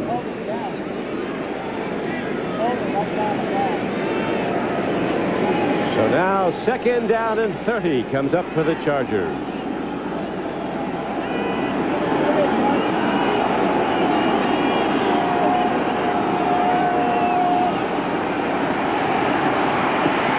Has an open field to run, elects to throw, and he's intercepted by the Raiders. Coming in to make the play is Jerry Robinson, his 2nd interception of the game. What is this? And in for Holohan. Fouts avoids the rush. Dan Fouts normally doesn't make many bad choices. 10 interceptions thrown by Fouts in the last 3 games. This one, I think he's trying to force it a little too much. Look, Holohan is covered. Robinson, his 2nd spectacular interception.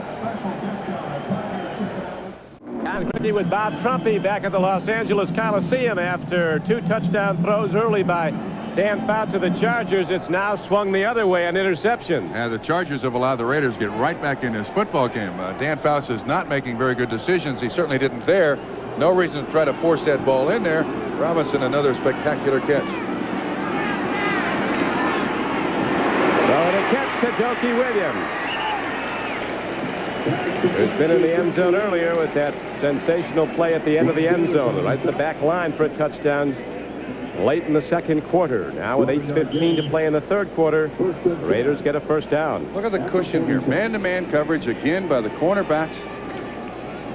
It's easy. I mean, look, he catches the ball and takes 2 steps before we see a defensive back from the San Diego Chargers.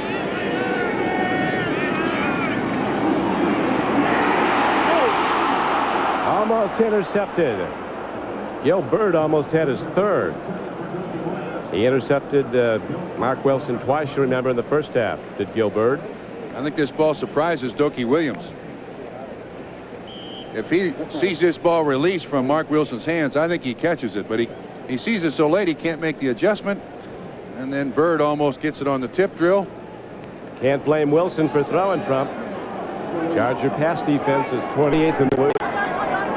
Long margin. Last weekend, Schrader of the Washington Redskins completed 16 for an average gain of almost 22 yards. Here's Wilson trying to run. The Chargers get him. Back inside the 45-yard line, big Lee Williams ran him down. 99. That's the 4th sack of the Chargers.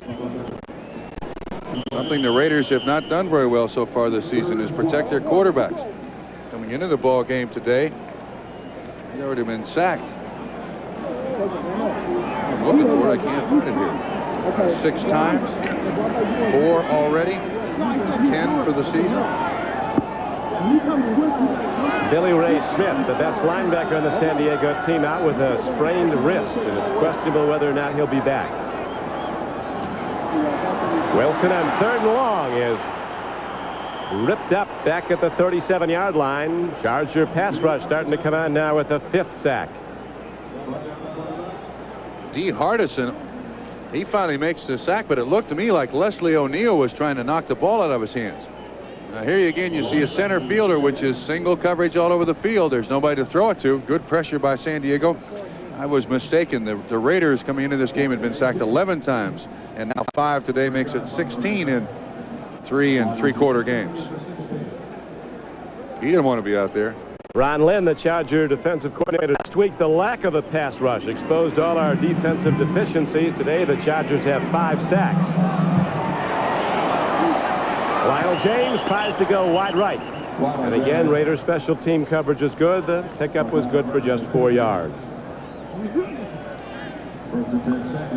Be sure to join us at NBC Sports Saturday evening, October 18th for the opening of the Fall Classic, as NBC Sports proudly presents the 83rd World Series.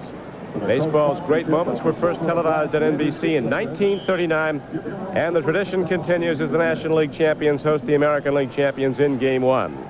So be sure to tune in at 8 o'clock Eastern Time for Major League Baseball, an inside look, followed by the excitement and special magic of Game 1. The World Series is home on NBC.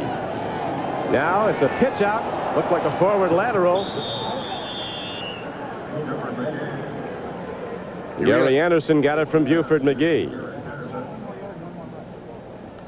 First time we've seen that run, the option between Buford McGee and Gary Anderson. Neither today very healthy. You can push it forward once behind the line of scrimmage, but not twice. But the officials say it was not forward. Numbers not very impressive today. Grand total of 87 yards rushing between these two football teams.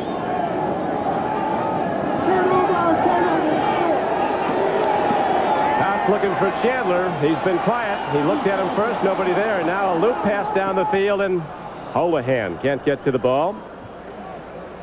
So it brings up third down with a long 8 for San Diego as the Charger defense has come a cropper here as the game wears out, and that's been a problem in recent games in the second half. The Raider defense, their coverage has been outstanding. Fouts had nobody to throw to there, looked all over the field from one side to the other. Really in desperation tried to sneak one into Holohan. Tough scheduling for the Chargers, Trump. They've not won on the road in their last 7 tries, and they go on the road for 4 of the next 5 weeks, including this game. 14-13 Raiders. Throwing a strike and a first down for San Diego out to the 42-yard line as veteran Charlie Joyner in his 18th year from Grambling makes the play, and the Chargers convert on third down. His first catch of the day. He's creeping up on Don Maynard's record. Already has the number of catch record. Once again, you see 56 Barnes. He's picked up but splits Kowalski and Masick the center. Fouts got up off his duff that time, but makes the reception. Sam Seal with the coverage. First down, San Diego. Since Coryell came in 79, this is his 9th season with the Chargers. This is a team that scored more points, more plays, more yards than any team in the NFL, but that time on a first down play, a clothesline tackle by Jerry Robinson takes down Gary Anderson. New England continues to lead Denver. Broncos win with the game unbeaten. 1 yard gain. Atlanta closing in now on Tampa Bay, down by 6, but in the 4th quarter in Florida. The other 4 o'clock starts today. Here at Los Angeles, this is Don Criqui with Bob Trumpy, NBC Sports coverage of the Raiders and the Chargers. Chargers led on 2 Dan Fouts touchdown passes in the first half, 13-0. They missed the extra point after the first. Then the Raiders converted Charger turnovers at the end of the first half and early in the second to touchdowns and a 1-point lead. It's a 14-13 game. A penalty marker is down as Pete Holohan is knocked down 8 yards downfield. Don, I think that's going to be on the offense. I think Kellen Winslow ran a pick on the defense. Yep, that's exactly what it was. I was looking right at it. That's exactly what the play's intended to do, but you hope the offensive player does not make contact with the defensive player while the ball is in the air. That's going to be offensive pass interference, and that's what happened. Pass interference, number 80, offense. Second down. He got caught. This is the first time in 8 years that Dan Fouts has not thrown for at least one 300-yard game in the first 3 weeks of the season, playing with a broken nose. Suffered in the first half. Fouts trying to get the Charger offense going as they trail 14-13 with 4:55 to play in the 3rd quarter. Second down and 19 for San Diego.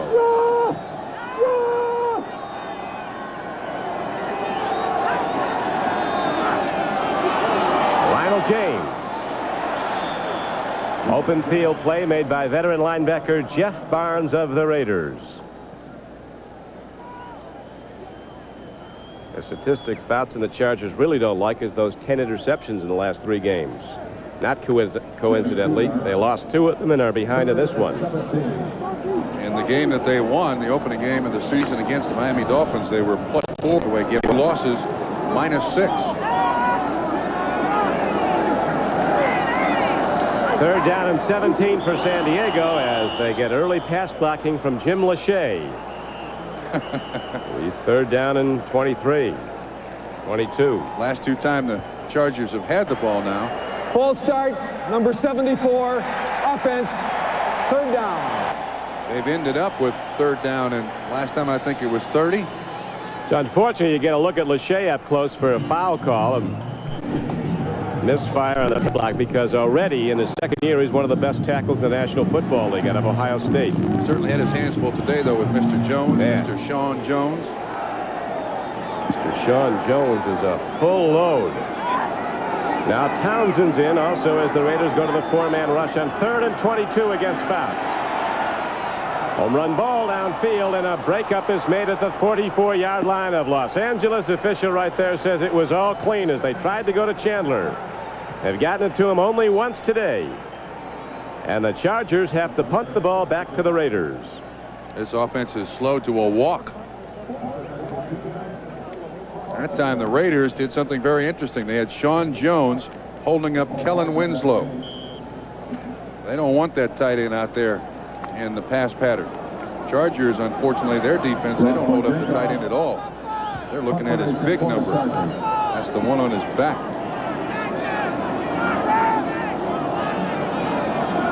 Numbers on the front of the jersey a little bit smaller. Yes, they are. You don't want to see that one in the back. No, you don't. No, you don't. He's going the wrong way without you. Here it is now, a punt downfield of Fulton Walker. And he's knocked down at the 21-yard line by Pete Holohan. 49-yard punt. A missed extra point after the first touchdown and early in the game in the first quarter by Rolf Benirschke. Here it is, a shank to the left. That is the difference right now, as it's a 14-13 game. The Raiders are in the lead at the Coliseum in Los Angeles.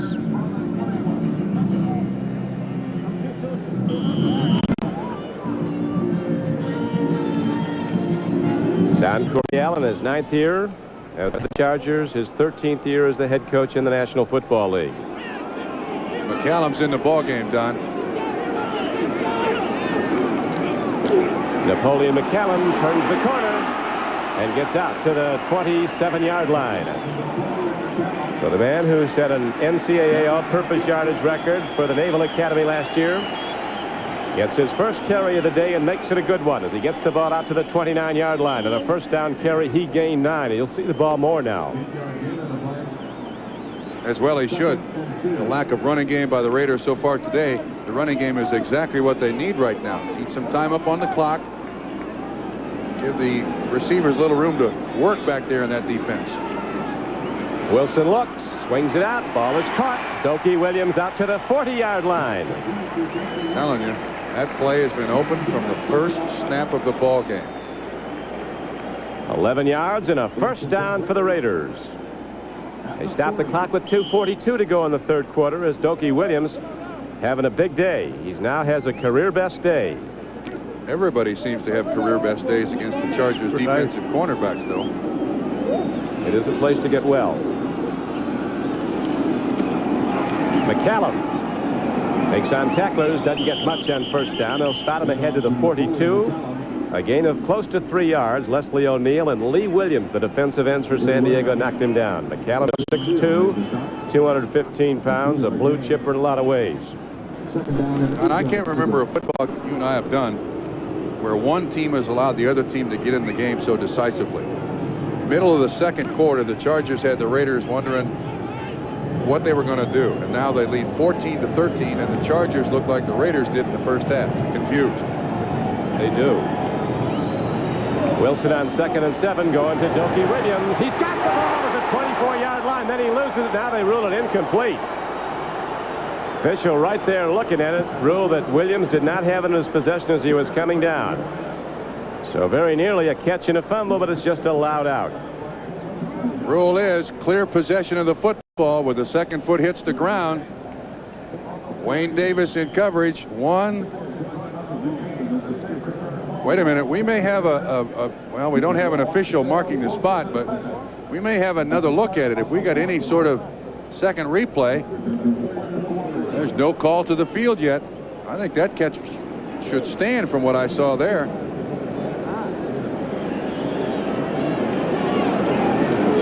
Third down and 8. They go to a new play. Here's another completion to Todd Christensen out of bounds at the 47-yard line for a first down. Now, while we have a moment, let's go to NFL 86. Bob? Don, this one might remind you of that Dolphins-Chargers playoff game you called a few years ago. Elway hits Sampson, hook and trailer, the lateral to Wilhite. It's a gain of 25 on 3rd and 20. 2 plays later from the 12, Sammy Winder scores. After trailing by 10, suddenly Denver's in front, 17-13 in the 3rd. Don. Thank you, Bob. The Denver Broncos, Trump, lead the league in gadget plays that work. Every week they do it. Hook and ladder today. They go to the lead. 1 play later. Here now is a handoff to McCallum as he hits down to the 43-yard line. Now, once again, let's look. This is the catch by Todd Christensen, an easy first down for the Los Angeles Raiders, but I think they got cheated. I think that catch by Doki Williams. Well, how about the fumble after it then? Well, if it was a catch, it would have been the Chargers. The ground can't cause a fumble, and he was on the ground. I think he caught it, and the ground bounced the ball out. But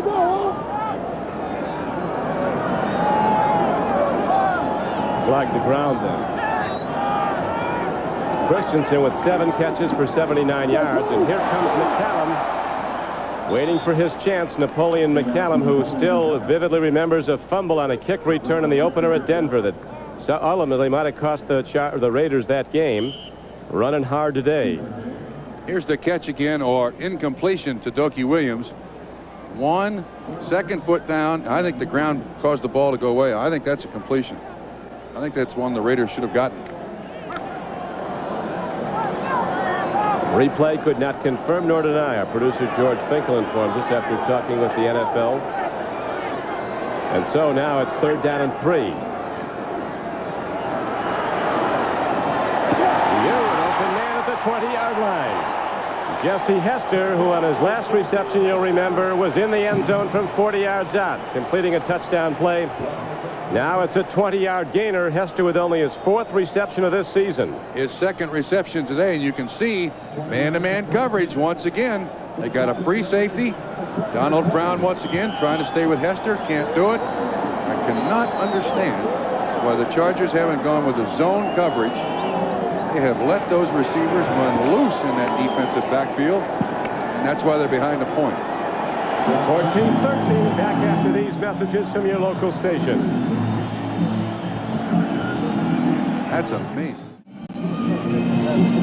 With Bob Trumpy, this is Don Criqui back at the Coliseum in Los Angeles, where the Raiders lead the Chargers 14-13 after San Diego led in the second quarter 13-0. The scoreboard around the league, a very big game at Mile High Stadium in Denver, where the Patriots now trail the Broncos 17-13.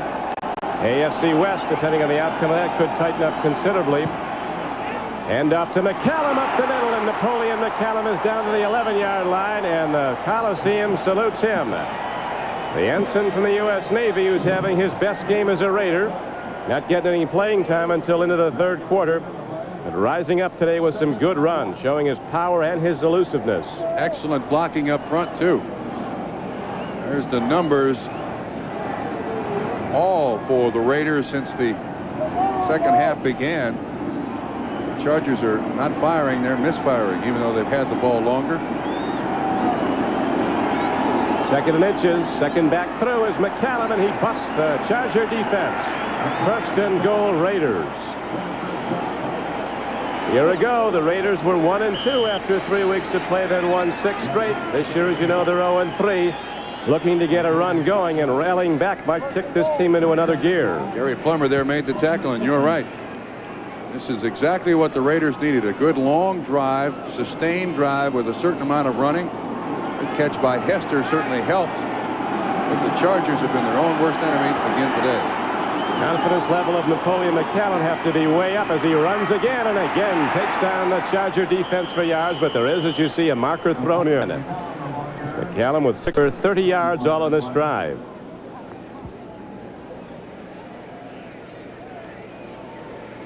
That hurts the Raiders and helps the Chargers.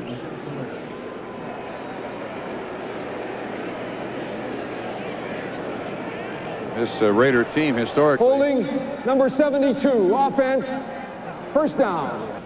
That's Mosbar at center. This Raider team historically been one of the most penalized teams in the last 10 years of the NFL, and they really don't seem to mind it. They don't discourage it. They'll take their shots.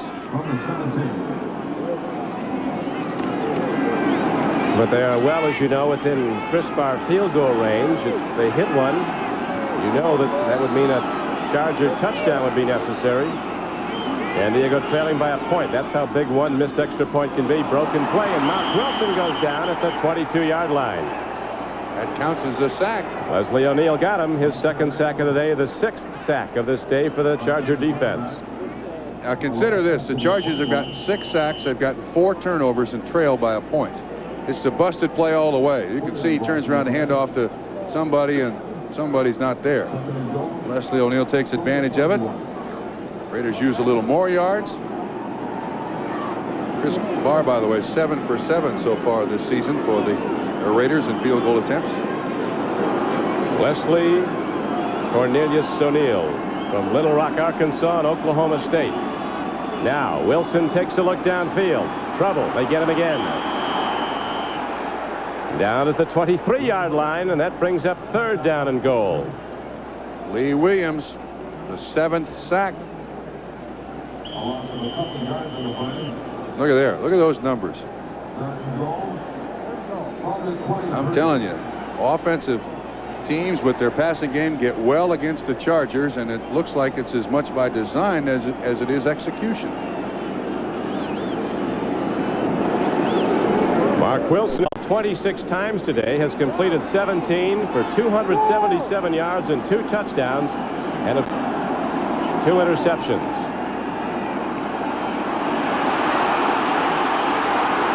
Ball. Chargers have it. It's San Diego's ball. Leslie O'Neal. That's the 2nd time O'Neal has tried to strip that ball away from Mark Wilson. You can start to keep drafting guys like Billy Ray Smith, and Leslie O'Neal's not going to be a bad defense long. Watch O'Neal. He doesn't try to make the tackle. First, he tries to strip the ball. He does, and comes up with the possession. Many balls to wide receivers today as they did in the first 3 games. 9. Now here come the Chargers, down by 1. Buford McGee out of the backfield gets the reception, and the yardage that might be very close to a first down, about a yard short. Reggie McKenzie on the knockdown for the Raiders. Coach Coryell saw a big turnover there as his rookie number 1, Leslie O'Neal, stripped the ball, then recovered the fumble. And they trail by 1 point. You take those numbers any day and tell anybody the team trails by a point, you tell them you're crazy. Long way to go, though. 11:50 to play at the Coliseum. Temperature at kickoff time was 72 degrees. Clear and sunny. The track is dry in this natural grass field. Raiders and the Chargers will be meeting again in San Diego on a Thursday night in November. Next time out for the Raiders, they'll go to Kansas City next Sunday. You'll see that on many of these same NBC stations, to take on the Chiefs, a rising team with a 3-1 record. San Diego has a tough one the next time, but they have to go up to Seattle to play in the Kingdome against the Seahawks, who are coming off their first loss. They were beaten today at Washington. 2nd and less than a yard. Bouts going for it all. Gambler goes up, but comes down without. Good defense by Lester Hayes. Stride for stride with Chandler. Never gave up his position. Both these cornerbacks for the Raiders are very gifted at the last minute, just making the contact that's needed. That's incidental contact. The officials will not call that because both are looking back at the football. So now the Chargers have not been able to run the ball very well. They go 3rd and about the length of a football to convert this 3rd down. The Broncos, perhaps en route to a very big win, have now opened up an 11-point lead over New England. That would give, if they hold up, the Broncos a 4-0 record in the AFC West and a 1-game lead on Seattle and Kansas City. Here is James breaking ahead on a 3rd and less than a yard. He gets a first down. McElroy on the tackle. And Winslow, even though he's known as an excellent receiver, not a bad blocker either. He and Lachey cave in Lyndon King, a former Charger, and that's the spot where Lionel James picks up the first down. Tremaine Johnson is at the top of your screen in the left flank. You remember his touchdown reception that gave the Chargers a 13-0 lead. On first down, Little Train James takes it to the San Diego 47. Rod Martin got him. Game clock down to 10:40 and running. Field goal could win it conceivably for Don Coryell's Chargers. They're 1-2 coming into this game. Tom Flores, a concerned coach, but guy's done a lot of winning. 2 Super Bowl rings in his years as coach of the Los Angeles Raiders. Down his 8th year. Fouts doing very well to get the ball away. It was a little short, and then Fouts was sent rolling back as Sean Jones caught him and threw him back. Sometimes flags aren't thrown. Watch Winslow. See Jerry Robinson grab his jersey. He was the intended receiver, but pressure from up front. They couldn't get it done. Fouts now 16 of 35, 166 yards, 2 touchdowns, and 2 interceptions. Those 2 interceptions reduced to 14 points by the Los Angeles Raiders. Now 3rd down and 8 arises for the Chargers. They trail the Raiders 14-13 with 10 minutes and 11 seconds at the Coliseum. Chandler in motion.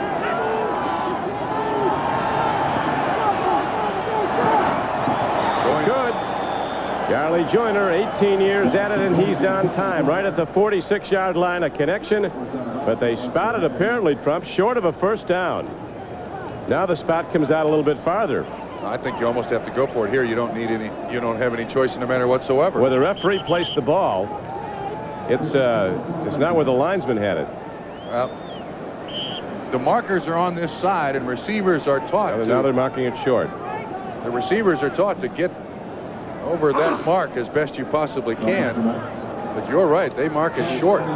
He was coming back for the football. Who is this a big play? If I were Dan Fouts, I'd make this one on 6. Snap count on 6. I'd make the Raiders stay down in their stance for as long as they possibly could. Maybe get a cheap 1st down here. Raiders won't be coming. 4th down and inches for the Chargers. Penalty markers down all over, and so is Little Train as he fumbles the ball and gets it back. It's going to be no play, though, because the play was dead. So whatever the infraction was,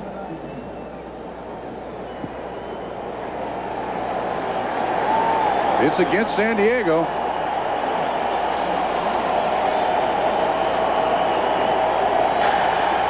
False start, number 60, offense. It's 4th down.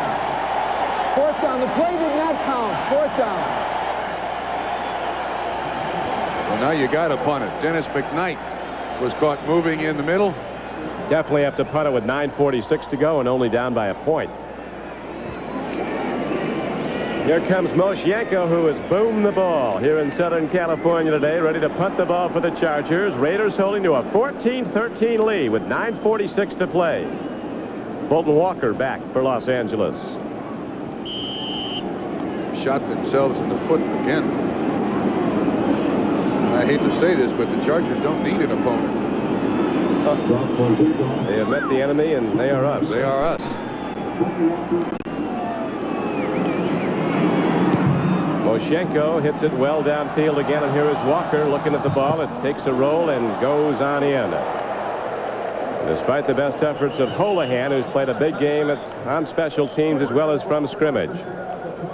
As a tight end. And now the Raiders get it back with a 1-point lead.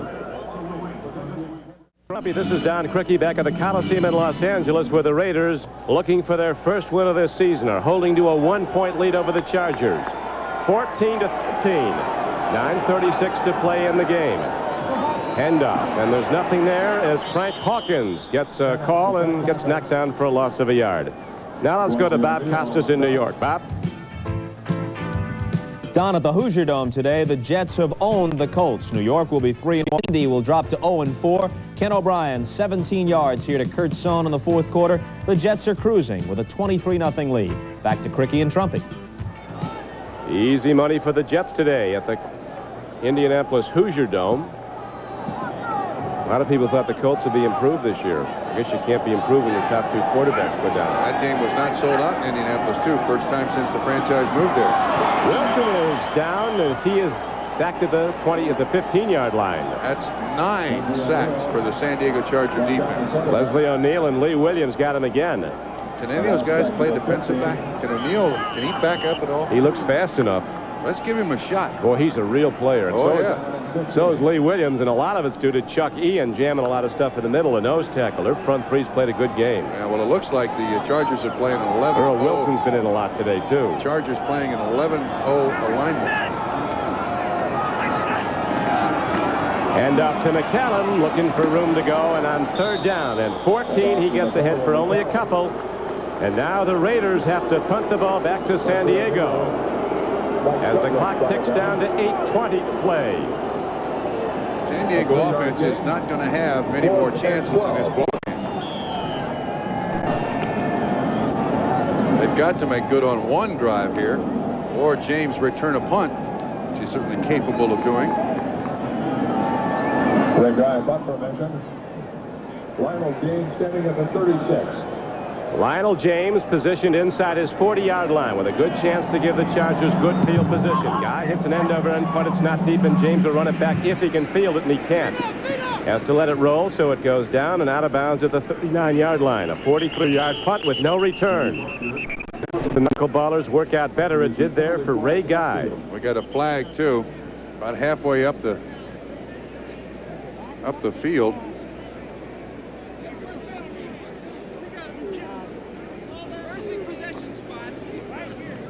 A look at the scoreboard. Games earlier today, the Chicago Bears starting to get on track. 4-0 and rolling. Philadelphia finally got a win under Buddy Ryan. He's talked about it enough. On the receiving team, 1st down. Cleveland rallied to beat Detroit. And the 4 o'clockers, the big ones at Denver, where the Broncos now lead the New England Patriots by 11 points in the 4th quarter. We'll be back to the Coliseum in Los Angeles after this. It's always a slug out with the Kansas City Chiefs, a team off to a 3-1 start. Be sure to check your local listings for the game and time in your area. Your place here on NBC Sports. To the run go the LA Raiders and Napoleon McCallum, the big back from the Naval Academy, right at the Charger defense. Good blocking up front. Mosbar the center, Hanna and Marvin the guards, Davis and Lawrence the tackles, and McCallum now, as you see, has 46 carries, 46 yards on 8 carries. From behind the defense, you see what happens here. They run a little trap play, a little lead play. Yard does an excellent job. Charlie Hanna sealing off the linebacker. There's nobody in front of McCallum at all. This is only Hanna's 2nd game back after the extended contract holdout. 2nd game in uniform and playing. Here's a throw on the flat. Doki Williams turns upfield. He's out of bounds at the 49-yard line and very close to a Raider 1st down. Doki on his Christmas wish list wants to play the Chargers every week. This is his personal best ball game as a pro. 8 receptions, 143 yards, and a touchdown. They haven't been tough either. I mean, they've been open. Doki Williams caught 1 touchdown throw. That was the first just before halftime. Hester was on the receiving end on a 40-yard play for the 2nd score. Back to the run. McCallum trying to go wide on 1st down. Doesn't get there. Run down by an inside backer, Gary Plummer.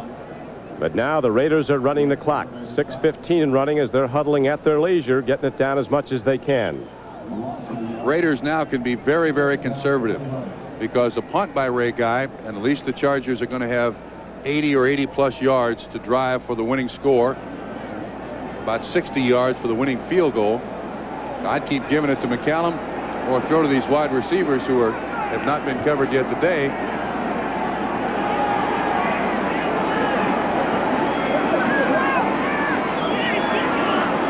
Thirty-second clock ticks down to 1, and then Hawkins gets the ball and works hard to stay in bounds as Hawkins is down to the 40-yard line. Looks like a 1st down for the Raiders, so they'll have 4 more downs to run the clock, which is down to 5:30 and ticking. Bounced outside beautifully. Wayne Davis finally makes the stop. All that offense that the San Diego Chargers have produced in years past, with the exception of the opening game of the season this year, Not really been in sync, not been in timing. One interesting aspect of this Raider team, it's much younger. It seems to be the same people, but they've let go a lot of veteran players. There's 125 years less experience than there was a year ago. Less NFL experience. 125 years. Al Davis mentioned that's one of the big problems on this football team, that no leader has jumped out, has emerged. And leadership on a football team is very, very important. Someone for the rest of the fellows to rally around. A lot of people talked about Denver as being a Super Bowl team at the outset of the season. They've done nothing to discount that, as they're off to a 4-0 start if they hold against the New England Patriots. They play well in Denver, too, don't they? Well, Elway's really become everything that he was advertised to be. Wilson looks. Christensen catches the ball, and he's down to the 13-yard line. Nobody touches him. 26-yard pickup. He's able to release off the line. No one alters his pattern whatsoever. Watch again. See, the guy really does nothing to hold him up. He just kind of looking him straight in the face. 53 is the man in coverage. Mike Douglas. Hold him up. He just makes contact with him. Grab a hold of the ground. Raiders ready to run the ball. Here's McCallum up the middle, down to the 8-yard line. First down carry, he got 5. We would like to welcome those viewers that have just joined us. The Chargers and the Raiders football game is still in progress with the score. Los Angeles 14, San Diego 13. And stay with us. Immediately following football coverage, we will present Our House in its entirety. In addition, all the remaining NBC Network evening programs will also be seen over most of these stations, except for Pacific Time Zone stations, where the programs will be seen at the regular times. McCallum drives to the 6-yard line.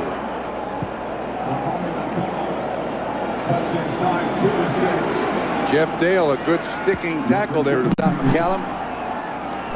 Point-blank range now for Chris Barr. Which would mean if he gets it, the San Diego Chargers would have to score a touchdown, and the clock is ticking. 2:40 to play in the game and running. Raiders 14, Chargers 13. Whole game turned late in the first half. San Diego had a 13-0 lead, and the ball was looking to go to the locker room. They threw it. Tip ball was intercepted by Jerry Robinson seconds before halftime. The Raiders were in the end zone with a throw from Wilson to Dokie Williams. Then on the opening kickoff of the third quarter, Lionel James dropped the turn, covered, and quickly they were in again on a 40-yard touchdown pass from Wilson to Jesse Hester. Raiders take a timeout with 2:16 left. As much of the clock run before the 30-second clock expired as possible. Good thinking. Be sure to join us Saturday evening, October 18th, for the opening of the Fall Classic, as NBC Sports proudly presents the 83rd World Series. Baseball's great moments were first televised on NBC in 1939, and the tradition continues as the national champions host the American League champions in Game 1. So be sure to tune in at 8 p.m. Eastern Time for Major League Baseball on Inside Look, followed by the excitement and special magic of Game 1. The World Series is home on NBC. A touchdown by the Raiders, and this game is basically over, because then the Chargers need a touchdown, an extra point, and a field win. So the Raiders certainly want this play to be a good play, but they'll settle for the 3 points. They just don't want to take a chance to turn the ball over here. They've already had their share of turnovers on this particular afternoon, 5 to be exact. Coach Coryell only can wish his team can get the ball back. You remember the last time the Raiders appeared to be in field goal range, and then they were thrown back on some terrific plays by Leslie O'Neal, who finally stripped the ball from Mark Wilson and recovered it, and the Raiders came away from the long drive with no points. Mark Wilson, 6'6", 205 pounds, with over 300 yards passing now. Last season, he replaced Jim Plunkett, who was injured in the third game. The Raiders went 11-2 from then on. Wilson set 11 NCAA passing records at Brigham Young. Came into the league as the #1 draft choice and a deep thrower, down his 7th year. Atlanta's tied up Tampa Bay, and they go to overtime on a field goal at the final gun. McCallum heading in. Stopped for the moment. Cut down at the 1-yard line. But it is a first for the Raiders. Good sweep.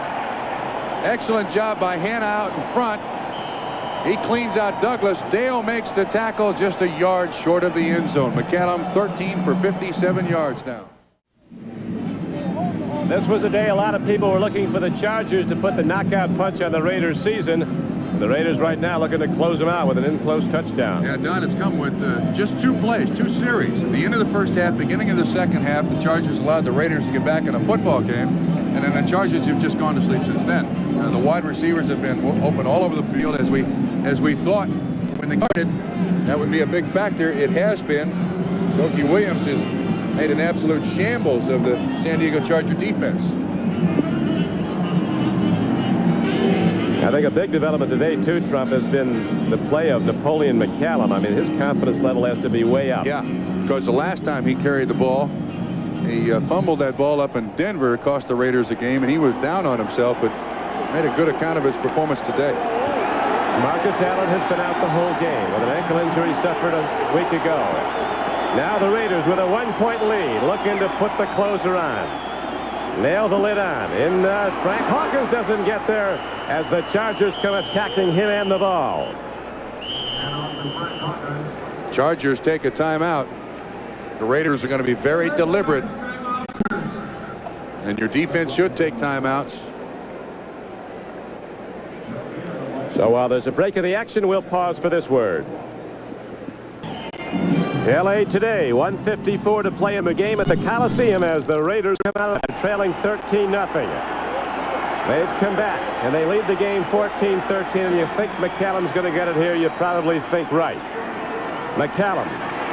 They want him to get in. He does not. And now the Raiders have it down to the 1-yard line with third goal coming up. They take another timeout. The Chargers do.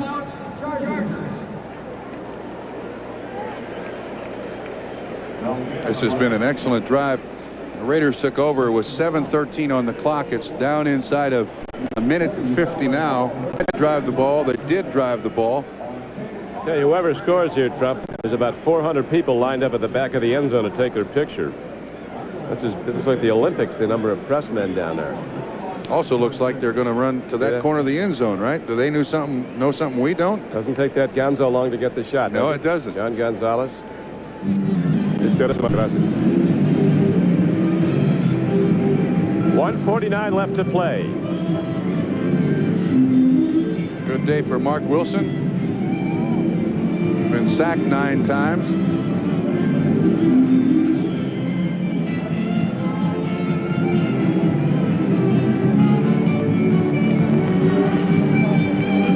To 13 is the count as the Raiders' confidence level will be way up. Wilson played a terrific game.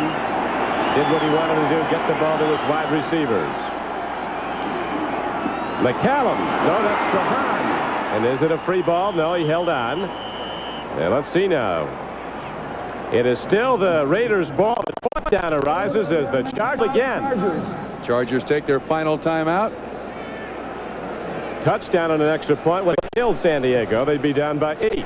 But now if they call on Barr, and they surely will, they'll let the clock tick.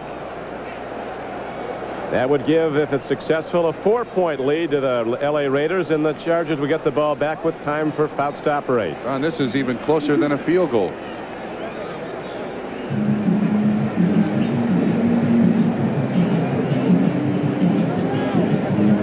Don Coryell is going to sit back in San Diego and wonder why in the world, how in the world this game got away from us. They had it clearly in control. Chargers have no timeouts left, all 3 taken by their defense, so the offense can stop the clock with incomplete passes. These 2 teams playing today probably beat the clock better than anybody in the league.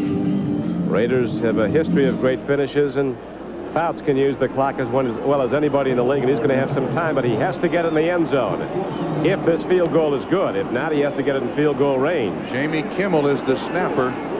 Mark Wilson's the holder. Up and good. A perfect season so far for Chris Barr of the Raiders. He's 8 for 8. That was a good job done by Mark Wilson. That snap was high. He was still able to get it down. An 18-yard field goal. You can't get a field goal much shorter than that, can you? You know, it's like an extra point, but very importantly, the Raiders, from a San Diego standpoint, did not get in the end zone, which would have put the lid on.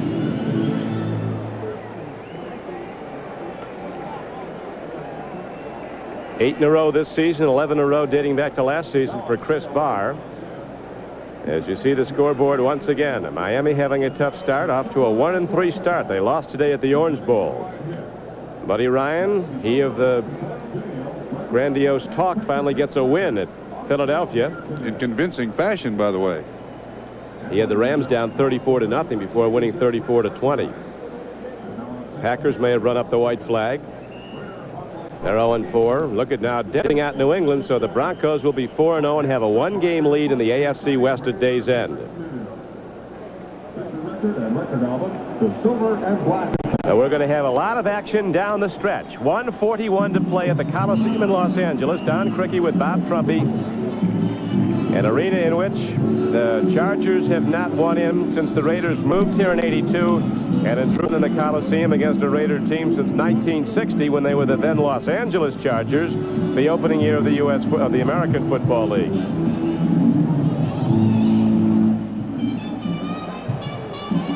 I think if I'm Chris Barr here, I scrib this ball along the ground, kick it hard, but any reverse or anything that's set up by the return team is destroyed once that ball is bouncing along the ground.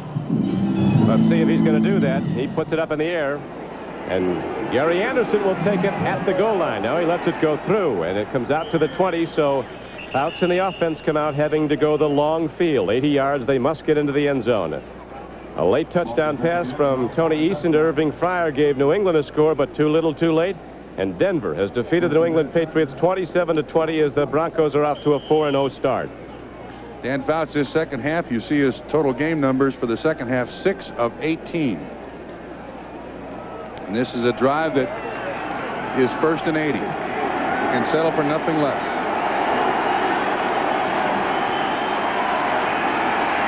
Big rush, he dumps it off to Lionel James, who cuts for the sideline and gets out of bounds at the 26-yard line.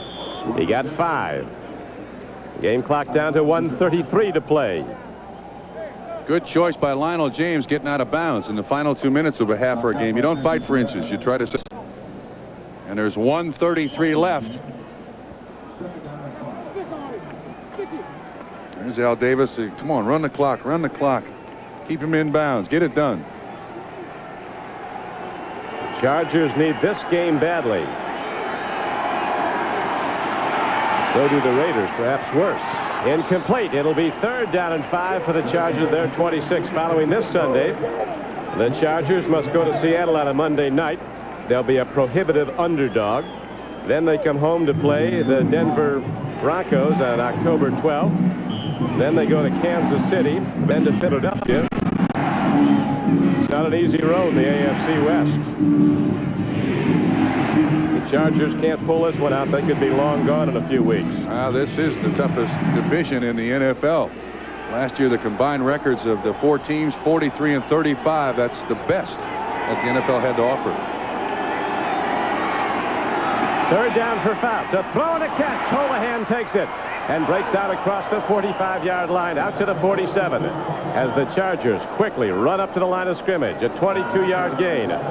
Holohan, veteran tight end, lines up again. 1:10 to go. Fouts takes a look. Penalty markers are down. A throw and no catch. It'll be 2nd and 10 depending on the penalty call outcome. Trying to get the ball to Joyner. Lester Hayes once again in coverage.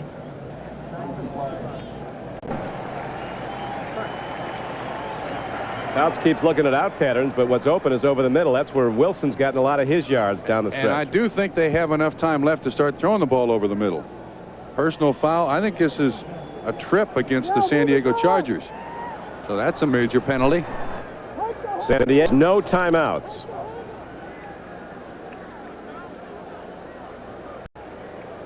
Todd Christensen's running out in the field to protest something. We have illegal motion, number 18, offense, penalty decline. We have illegal use of the body, tripping, number 80, offense. Thank you, Jerry. First down. Did you hear that? Thank you, Jerry. That was Lester Hayes. Lester's something else, I'll tell you. That's a strange way to audition, but he got it on, didn't he? Actually, you watch him play, you think he's someone from the dark, evil forces, but he's really a great guy. He does play a rough game. You're right. Very pleasant guy, Lester Hayes. A lot of fun to be around. After the game, here's a pitch out now. It goes to Lionel James, and he's knocked down at the 44-yard line, and the Raiders keep him in bounds. 53 seconds and ticking. Second down and about 11. Plenty of time. No reason to panic. Chargers need a score as Fouts downs the ball. That's perfectly legal. Well done by Fouts. He stops the clock, but he does bring up third down and 12 with 42 seconds to play. Actually, the down makes no difference, though, Don. It's a 2-down area. Even if they don't complete this one, they're going to go on 4th down, and you're still trying to save seconds.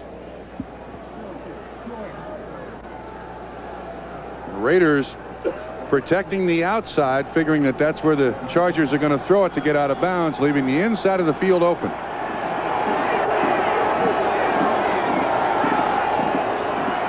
Fouts on 3rd and 12. Is it intercepted? I think it is. Van McElroy not done yet. A diving interception by Van McElroy. Dan Faust pounds a fist into the turf. And that will be it. If it goes as an interception, there's every indication it will.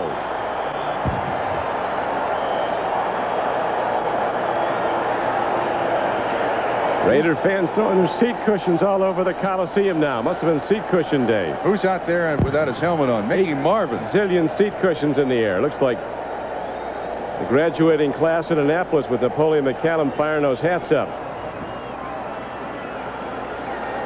Well, the Raiders got 3 interceptions on the day, and that was the difference. Scored 14 points off of them. Killed the final drive by the Chargers. The Raiders will take over after allowing 9 sacks, turning the ball over 5 times. Jerry Markwright got knocked down. This is the second time the ball has bounced off a San Diego receiver and then intercepted by a Los Angeles We have Raiders. unnecessary roughness on both teams after the first. It's first down Raiders. It's first down Raiders, and it's history as a football game. The Raiders will go to the run, and that'll be it, and the Chargers will drop to 1-3. After that impressive opening win, the 50 points scored against Miami, it has come apart at San Diego, and now they go down to a 3rd consecutive loss, as Dan Fouts in the last 3 games has thrown 11 interceptions. Last series of the first half by the Raiders, first series of the second half by the Raiders has been the difference.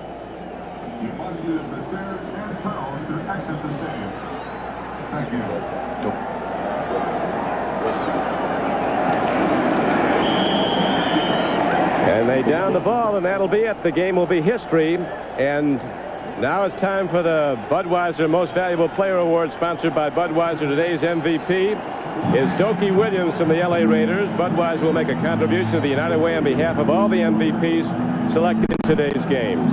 8 catches, 144 yards. Personal best for Dokie Williams. And very close second in the balloting is quarterback Mark Wilson. So Tom Flores comes off the field a winner for the first time in '86, but surely not the last. Coach Coryell, a bitter disappointment as they had it won, it would seem. It's certainly at the halftime. They were going to go in 13-0. That came apart. And so the Raiders failed to score again, having trouble in the second half. And it's over. For Bob Trumpy, this is Don Criqui. The Raiders win 17-13 at the Coliseum in Los Angeles. Next for Coryell, a trip to